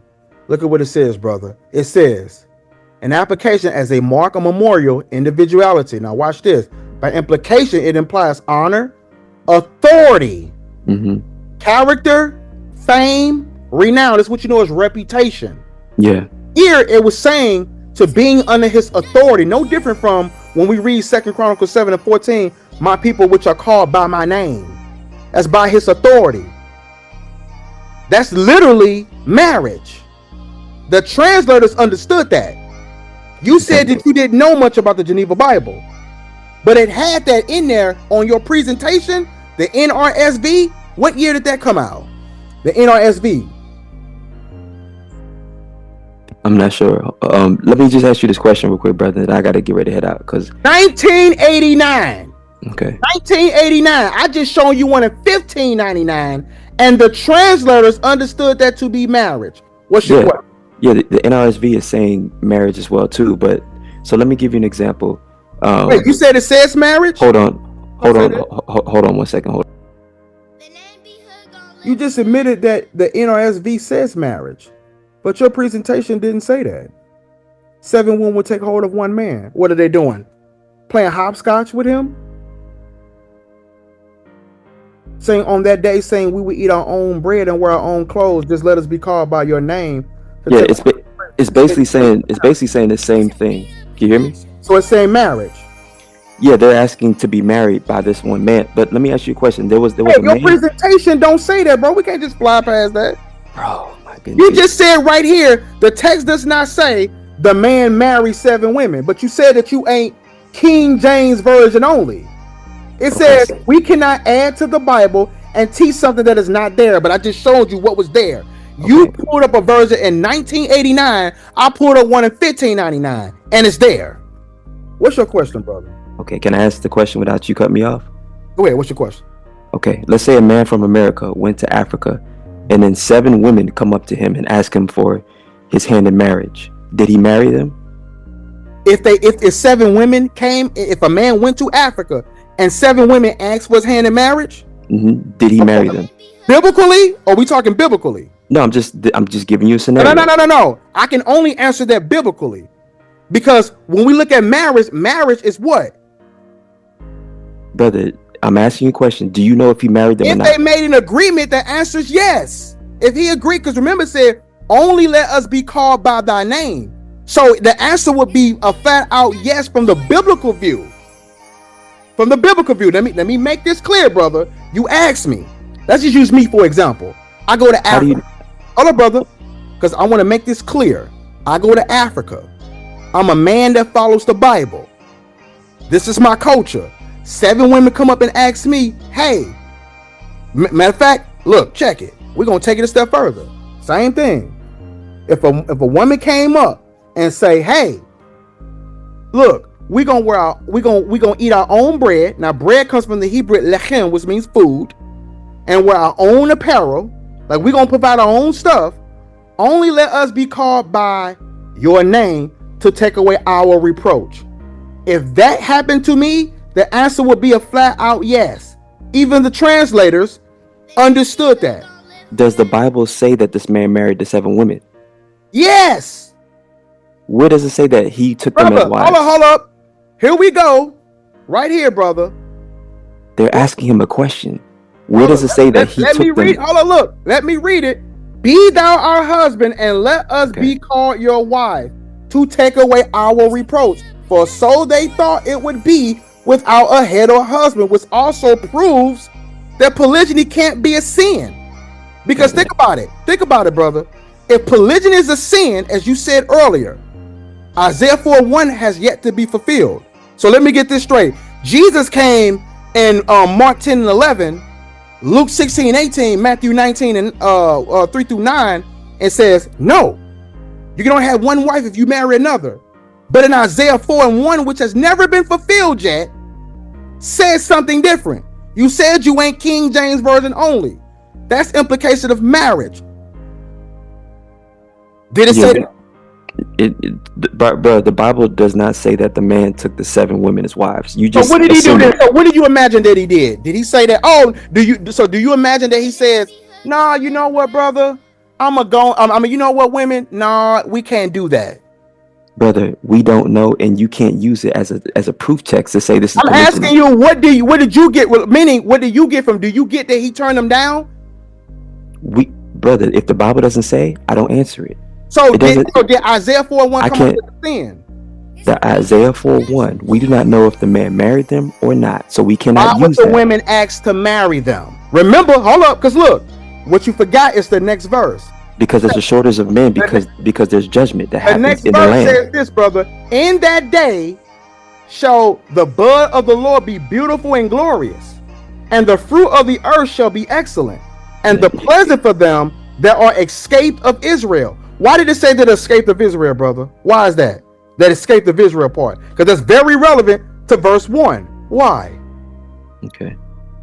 I mean, if you read chapter 3, it's talking about there's judgment coming. There's going to be a shortage of men in the area, and these women come up to this one man and ask him for a hand in marriage. But the text does not say that he took them as wives, and so this is why you cannot use that. That's an assumption. I got to get ready to head out, brother. It's 4:25 a.m. So in this day, in Isaiah 4:1, it tell you what's going to be happening. Was polygyny looked at as being evil, sin? Yeah, I got to get ready to head out, brother. I'm serious. Before you go, was it looked at as evil and sin in Isaiah 4:1? Isaiah 4:1 cannot be used as a text for polygyny. You still ducking what I'm asking. Was the 7 women that said marry in the footnotes I showed you? You put up a 1989. You probably was born before 1989.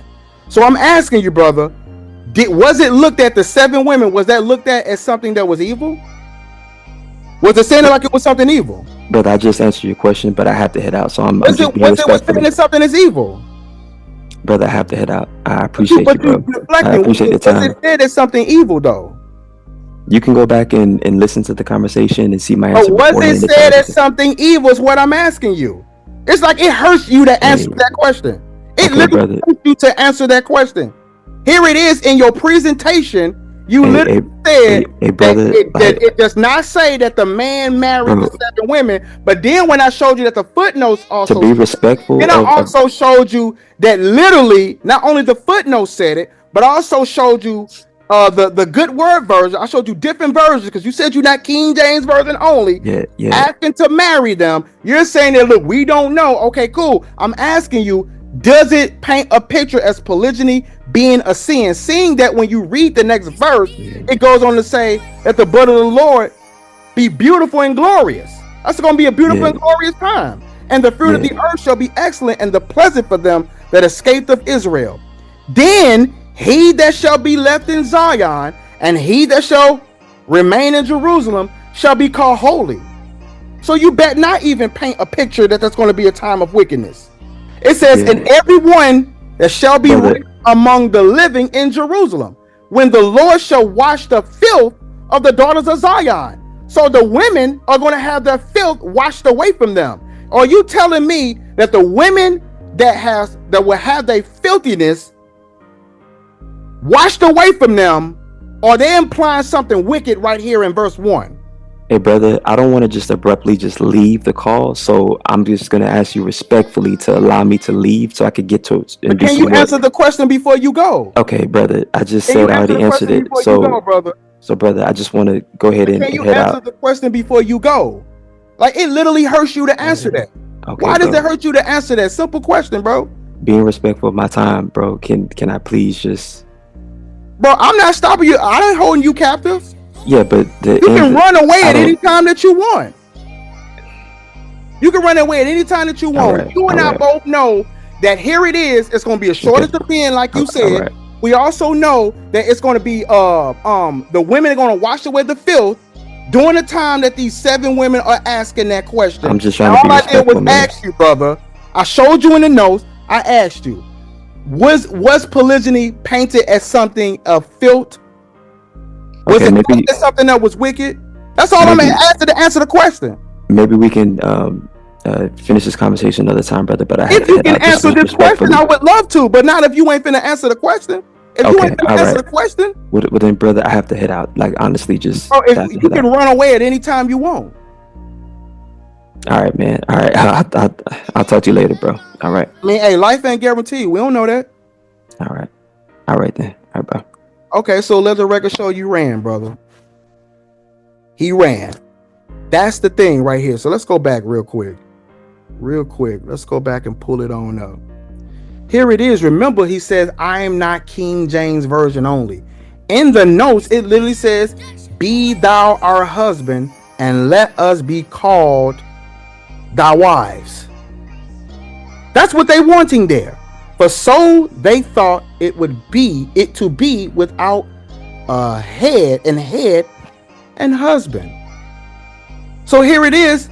If this is going to be a time of holiness, if they're going to have their filthiness washed away, why would this be painted as something that was bad? Why would that be?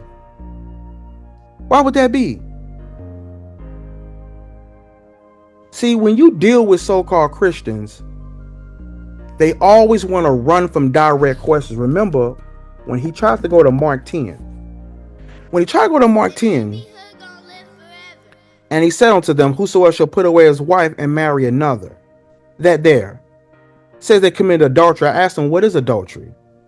He didn't even know what it meant, but tried to paint a picture and present a case based on a word that he don't even know what it means. Here is the word for that verse. Says nothing about polygyny there. To have unlawful intercourse with another's wife. To commit adultery with. To commit adultery with who? Another's wife. Another's wife. To commit adultery. Literally. He did not know what the word actually meant. Look at this, guys. Right here. When you go down, look here. It says to have unlawful intercourse with another's wife. To commit adultery with. The biblical Greek middle gives this word here, the same word we went to. Commit adultery. Watch this. Of the man. Remember? Now, we didn't go to this one, but I say unto you that whosoever shall put away his wife, saving to be the cause for fornication. Remember that? Because he wrongfully put her away. Cause her commit adultery.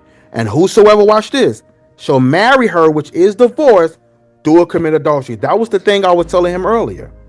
Because that woman was wrongfully put away. So we have literally a woman that is divorced.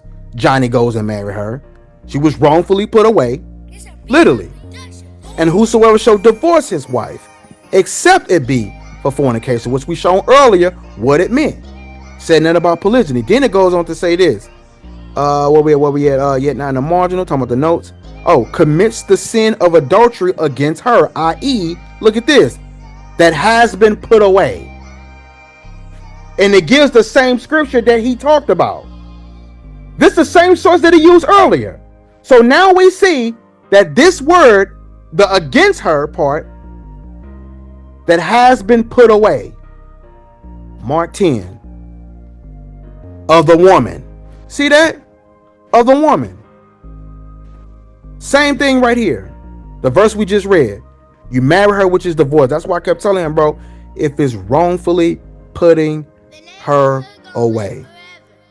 Wrongfully putting her away. So he talked about in his presentation. Where is that? His presentation here. Notice he got his arrow. Adultery against her. That was his argument. Adultery against her. But right here, it tells us that that word, remember, said against her, i.e., meaning example, that has been put away. She was divorced. That's the adultery, and it gives Mark 10 and 11, the same scripture that he put with the and marry another, the same exact thing. So I asked him, well, what does that word mean, brother? What does it mean? Because again, when you look here, Leviticus chapter 20 and verse 10, and the man that committed adultery, watch this, with another man's wife, even he that committed adultery, watch this, with his neighbor's wife, the adulterer, which would be that man, and adulteress, shall surely be put to death. Shall surely be put to death. That's the topic of this. When you look at Numbers, the 5th chapter, check this out. We're going to put it in the baby Bible. Right here, check this out. The test for an unfaithful wife. That's adultery. Then the Lord said to Moses, speak to the Israelites and say to them, if a man's wife go astray, and look at this, and is unfaithful to him, so that another man has sexual relations with her, and this is hidden from her husband, and her impurity is undetected, since there is no witness against her, and she has not been caught in the act. And if the feelings of the jealousy come over her husband and he suspects his wife, she is impure, or if he is jealous and suspect her, even though she is not impure, then he is to take his wife to the priest, and he must also take an offering of 1/10 of an ephah and a ball of flour on her behalf. He must not pour olive oil in it or put incense on it, because it's a grain offering for jealousy, a reminder offering to draw attention to wrongdoing. The priest shall bring her and have her stand before the Lord. Then he shall take some holy water in water in a clay jar, and put some dust from the tabernacle floor into the water. Verse 18. And the priest has had the woman stand before the Lord, and he shall loosen her hair and place in her hands the reminder offering, the grain offering for jealousy, while he holds the bitter water that brings a curse. Then the priest shall put the woman under oath, and say to her, if no other man has had sexual relation with you, and you have not gone astray and become impure while married to your husband, may this bitter water that brings a curse not harm you. But if you have gone astray while married to your husband and have made yourself impure by having sexual relations with a man other than your husband. So when you deal with this, guys, notice the adultery test was only for the woman that stepped outside of her marriage. The adultery test. When you look at Ezekiel chapter 16, verse 38, check this out. It says, and I will judge you as a woman that breaketh wedlock. We're going to look that word up, because the Lord told the Israelites, our ancestors, that he was going to judge thee, but he compared it to who? As women that breaketh wedlock.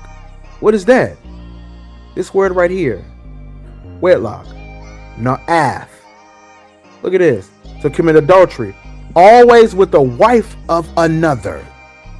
That's what that is. That's what it means to break wedlock. Like, you know, you got wedding, lock. Lock is an agreement. Covenant. You locked in other words, the song would say. You locked in. So when you look here in Matthew chapter 19, once again, here, the word fornication, look at what it says there. It says nothing about polygyny. Literally, we went over this earlier. We went over that earlier. When you look here for the word adultery,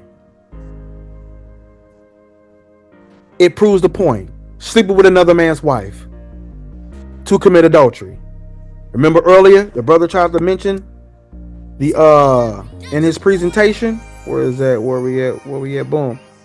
Commit adultery always against her. Well, okay. Well, remember, according to his presentation, he goes to what? The same thing, the same site that I'm at. Same site that I'm at. And right here, look at this. It commits the sin of adultery against her. Same thing he had. I.e. example, said what? That she was put away. And it gives the same passage that he tried to use. And when you go dealing with the chapter, it's talking about divorce. It's talking about divorce, not polygyny. That's the long story short. So that being said, ladies and gentlemen, hold on one second. One second, guys, before we get on up out of here. There's something else I want to pull up. Let's see. Boom. I'm gonna go here. Alrighty. Let me share my screen real quick. All right, hold on one second. Hit the share. Boom. All right, ladies and gentlemen. So if you look on the left side of the screen right here, this book is available at propolybook.com. And I go into more detail than what I'm going over here in this video. If you go here and on the right side of the screen is Biblical Polygyny of Sin, Volume 2. That book is yet to be released. More than likely, it might be released hopefully within a month's time, ladies and gentlemen. That being said, I need Yehuda Yoram Judah the Shootah, Valehi Tiriyot, Shalom.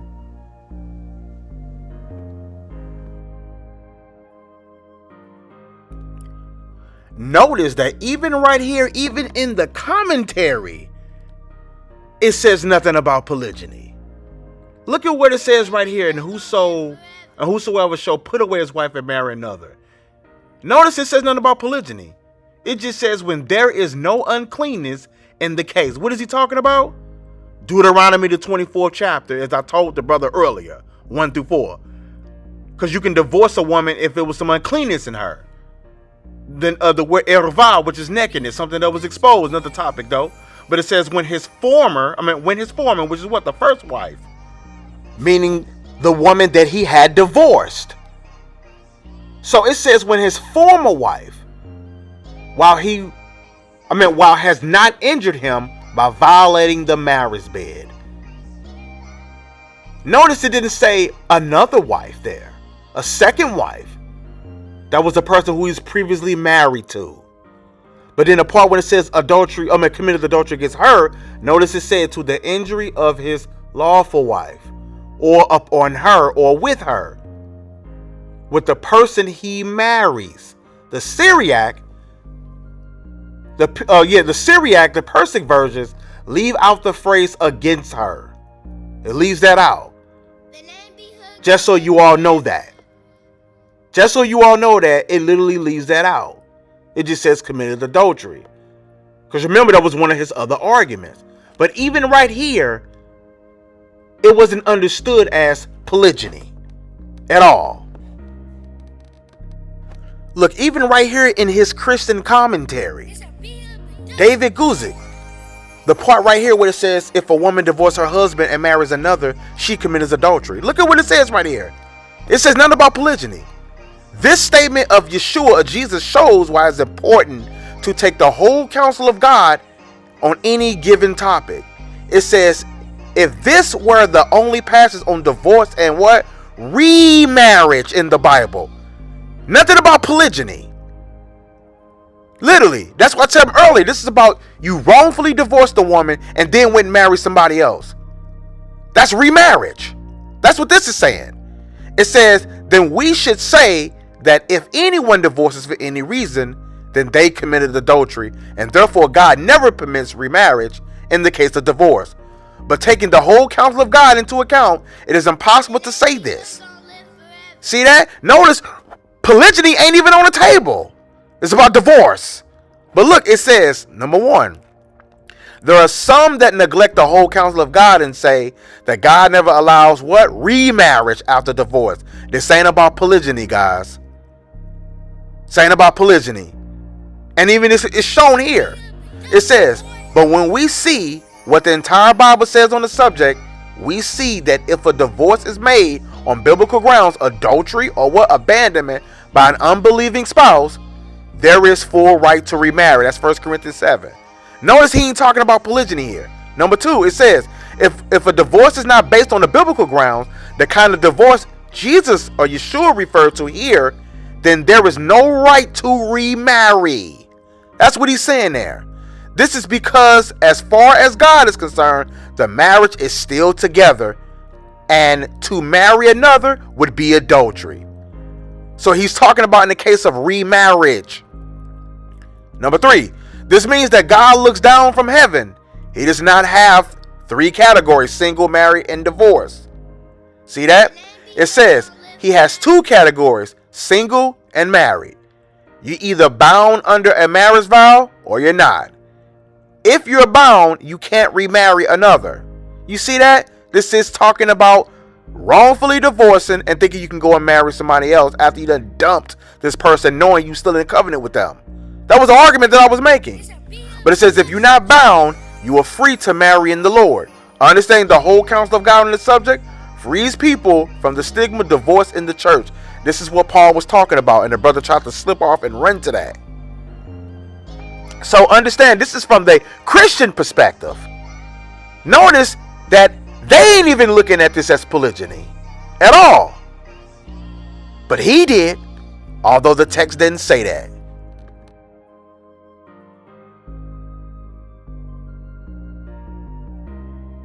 Look at this. Some Greek copies continue, and anyone who marries a divorced woman is guilty of adultery. Notice even in the footnotes here. So we're not talking about polygyny. Let's move on. Look at this right here. The 1599 Geneva Bible, right? It tell you up top, dealing with divorcement, not polygyny. But look at this. In verse 9, I say unto you, that whosoever shall put away his wife, except it be for whoredom, and marry another, committeth adultery. And whosoever marry her which is divorced, do commit adultery. It's the same story. When we click here for the notes, it says, therefore in these days, the laws that were made against adulterers, men who sleep with other men's wife, were not regarded. For they should have what? Needed no divorcement if marriage had been cut asunder with punishable by death. So even here in the notes, no one would have understood this to be a condemnation for polygyny at all. At all.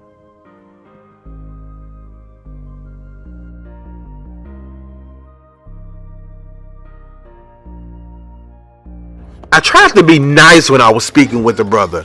Notice this verse says, when that day comes, 7 women what? Will is future tense. They will grab one man and say, we will eat our own food and provide our own clothes. Just let us marry you. For your name, take away our disgrace. It said that this will happen. It will happen. We don't know if they did marry. It says that they will do it. This will happen. The King James Version says what? And in that day 7 women shall take hold of one man. It shall happen. This is going to happen. So we will eat our own bread and have our own apparel. Just let us be called by thy name. It says that this shall happen. But he's saying, oh, well, we don't know if it's actually going to happen. Like, come on now. Stop playing on my intelligence. It said it shall happen. That's what Isaiah wrote. It shall happen. It will happen. It's not a matter of if, but when. Because it shall happen. Remember, if you go back, right? If you rewind, remember we made it clear that this passage, Mark the 10th chapter, and here, Matthew the 19th chapter, even the Luke 16, is talking about the same topic of divorce. The question was, is it lawful to put away his wife, tempting him? And remember, in Matthew 19:3, is it lawful for a man to put away his wife at every cause? So when you look at everybody's combined account, we see that the topic was about divorcing for any cause, for any old reason. Remember that? Because remember, in Deuteronomy 24, it says, when a man have taken a wife and married her, and it came to pass that he find no favor in his eyes, because he had found some uncleanness in her, then let him write her a bill of divorcement and give it in her hand and send her out of his house. It says, and when she is departed out of his house, she may go and be another man's wife. And if the latter husband hate her, and write her a bill of divorcement and give it in her hand and send her out of his house, or if the latter husband die, he pass away, which took her to be his wife, her former husband, which is what? The first husband, would send her away, may not take her again to be his wife after that she's defiled, because she done been with another man. But that is abomination before the Most High. And thou shalt not cause the land to sin, which the Lord your God giveth thee for an inheritance. When you look this word up here, yes. Let's see. Ki yacha ish isha. Here we go. This word here, ervat, uncleanness, nakedness, nudity, as I was talking about earlier, something that was exposed. Here it is. It was saying that he can divorce this woman. He can divorce her. Now, what most don't know, when you look at the Apocrypha, in the Apocrypha books, when you look here in Ecclesiasticus, going down to chapter 25, says right here, if she go not as thou would have her, cut her off from your flesh, and give her a bill of divorce and let her go. So, that being said, when you're going back here, Mark the 10th chapter, this was about divorcing for any reason. Remember when we went to the 11th verse, and he said unto them, whosoever shall put away his wife and shall marry another committeth adultery against her. Remember, he did not know what adultery meant. He didn't know that. To have unlawful intercourse with who? Another's wife. Another's wife. To commit adultery with. Literally. Remember earlier here? The against her in his presentation? That meant what? That was the woman that was put away. Meaning what? She was wrongfully put away. She's wrongfully put away. He didn't know what that meant. Now, when you go here, in the next verse, it paints the same picture. Look. And he said unto them, whosoever shall put away his wife, and marry another, committeth adultery against her.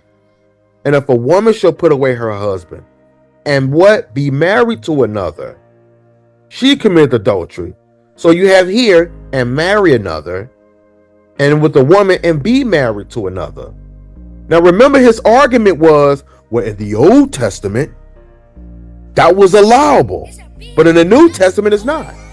Well, in what we call the Old Testament, a woman was never allowed to marry another man at all. So are we saying that what? Oh, well, in the Old Testament, she could have married another man.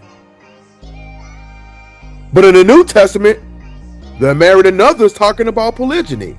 Well, if you saying that, then you got to say that women were allowed to marry other men then. It's the same concept. Here, put away his wife, put away her husband. Married to another, marry another. This was talking about putting away his wife, dealing with divorce. The word adultery. Let's see what the word adultery means in this verse. Let's see what it is. Let's see what it means in this verse. The same exact thing. Same exact thing. So when you go to 1 Corinthians earlier, one of the arguments I was making was when he tried to go here, and unto the married I command, yet not I, but the Lord, let not the wife depart from her husband, let her not leave him. It says, but if she depart, let her remain unmarried, or be reconciled to her husband. And it says, and let not the husband put away his wife. Notice it didn't say, and let not the husband put away his wife, and if he departs, let him remain unmarried. Let him remain unmarried. It never would have said that. Never would have said that. Why? Because we know that polygyny is not a sin. It's not a crime at all. It says, but to the rest speak I, meaning Paul, not the Lord. If a brother have a wife that believe not, she's a non-believer, and she be pleased to dwell with him, meaning it's pleasant, let him not put her away. So, that being said, notice the verbiage is different for the man than for the woman. The woman had to remain unmarried if she depart. Never said that about the man. The woman had to be reconciled to her husband, meaning she had to go back to her husband. It never said that the man had to go be reconciled back to his wife. Didn't say that. It just told the man, don't divorce her. Don't put her away. The Bible is not pro-divorce at all. Remember in Romans 7, his other argument, it never said for the man which have a wife is bound by the law to his wife as long as she lives or alive. But if the wife be dead, he is free from the law of his wife. It didn't say that. So then if while his wife lives, he be married to another woman, he should be called an adulterer. Never said that. But if his wife be dead, he is free from that law, so that he is no adulterer, although he be married to another woman. It never said that. Only the verbiage is different, only dealing with the woman, which means Paul, who followed Christ, clearly understood that, clearly knew that. He clearly knew that. When you look at the word here for adulteress, let's look it up. Let's see what it says. An adulteress is the intimate alliance with God with the people of Israel was likened to the marriage to those, look at this, relapse into idolatry or said to commit adultery or play the harlot. You can look at what? Ezekiel 16 chapter. Faithless to God, unclean, apostate. An adulteress. Look at that. An adulteress. See that? So, that being said, ladies and gentlemen, when you look at, that's what I gave you earlier, Ezekiel 16, to plan the harlot. To plan the harlot. So, that being said, ladies and gentlemen, the argument that he's making is literally invalid. The wife is bound by the law to her husband as long as he lives, as long as he's alive. As long as he's alive. Luke 16, 18, same concept. When you look at here, whosoever shall put away his wife and marry another committeth adultery. And whosoever marry her which is put away from her husband committeth adultery. This is talking about divorce, guys. Once again, remember, he didn't even know what the word adultery meant. And it tell you right here, to be an adulterer. Remember, you sleep with another man's wife. To commit adultery with what? Have unlawful intercourse with who? With another's wife. With another's wife. Of a wife to suffer idolatry. This is going into idolatry, of course. Notice we don't see to have unlawful intercourse with another's husband. It don't exist. It don't exist. So that adulterer who goes and lay with that woman who is still technically lawfully married, he's an adulterer. He's an adulterer. That's what this is talking about, ladies and gentlemen. That's what this is talking about. So, that being said, ladies and gentlemen, going back, Matthew 19, which is the same story concerning divorce. The topic was, is it lawful for a man to put away his wife at every cause? That's the topic of the discussion. The brother didn't even know what adultery meant in that text. See, he wasn't ready for me to ask him that. But he still wants to hang on something that does not exist. All you guys got to do is look the word for adultery up in that text, and it'll show you what it actually means. It'll show you what it actually means. Even here, as we learned earlier, and I say unto you, that whosoever shall put away his wife, except to be for fornication. Except to be for fornication. So, going down, look at this. All you gotta do is scroll down. I'm going to show you here. Porneia. Forbidding sexual intercourse, adultery, fornication, homosexuality and lesbianism, intercourse with animals, sexual intercourse with close relatives. Notice it didn't say nothing about polygyny or having more than one wife. Doesn't exist. Sexual intercourse with a divorced man or woman. With a divorced man or woman. Notice right here, remember he tried to go to Mark 10 and 11.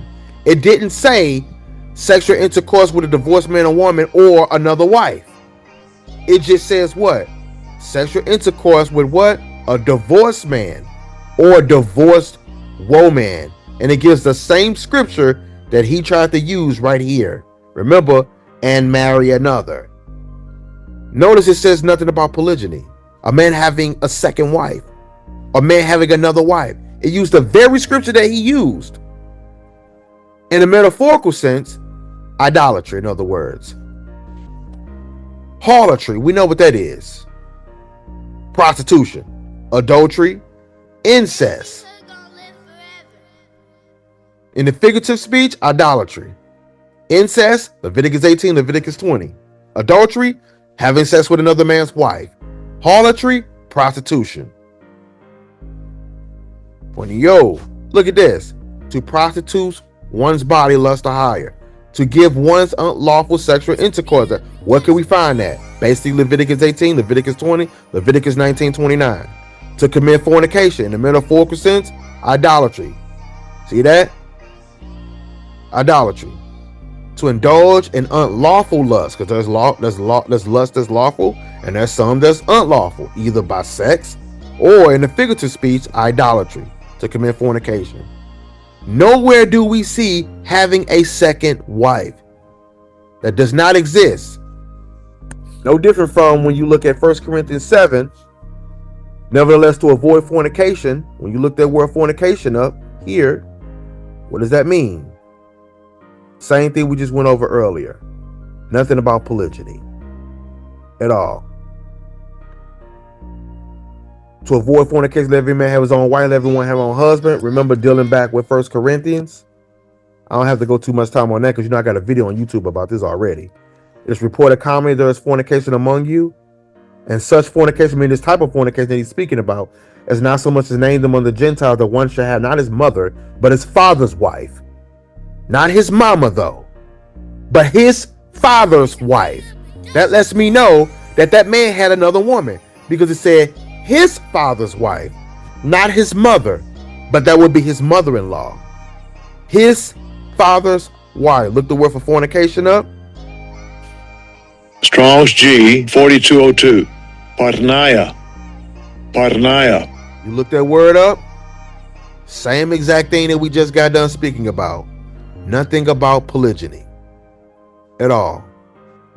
Remember, Leviticus 18 verse 8 says this. The nakedness of who? Your father's wife, not your mother, but your father's wife, shall you not uncover. It is your father's nakedness. See that? But look at this, the nakedness of your sister, the daughter of your father, or the daughter of who? Your mother. It separates. Whether she be born at home, but look at this, born abroad. That means he had to have other women there. Even their nakedness thou shalt not uncover. See that? So, look at this. The nakedness of your father or the nakedness of your mother shall you not uncover. She is your mother. You should not uncover her nakedness.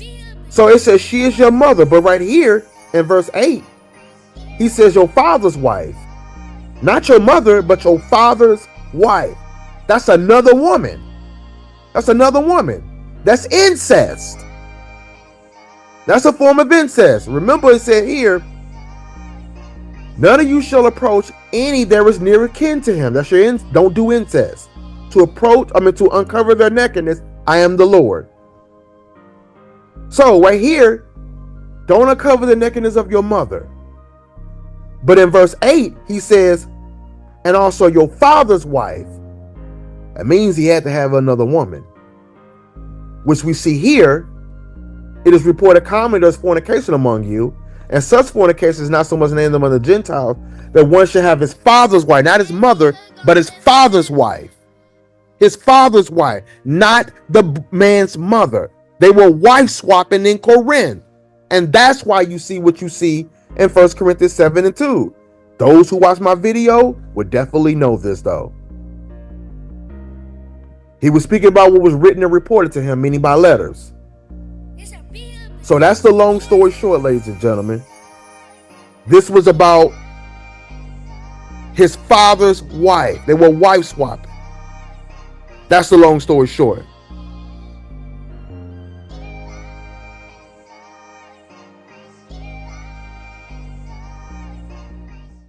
I'm not the last wife, I'm the first wife. I'm not the last wife, I'm the second wife. I'm not the last wife, I'm the third wife. I'm not the last wife, I'm the fourth wife. I'm not the last wife, I'm the fifth wife. I'm the last wife, and this is our king, and this is our husband. Yay! And this is the house of Shootah.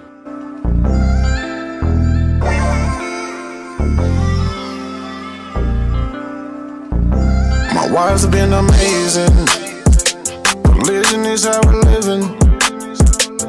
All of them get my back. All of them submissive. They're all about sisterhood and family. Our family number's 244, and they won't be jealous if I get another wife.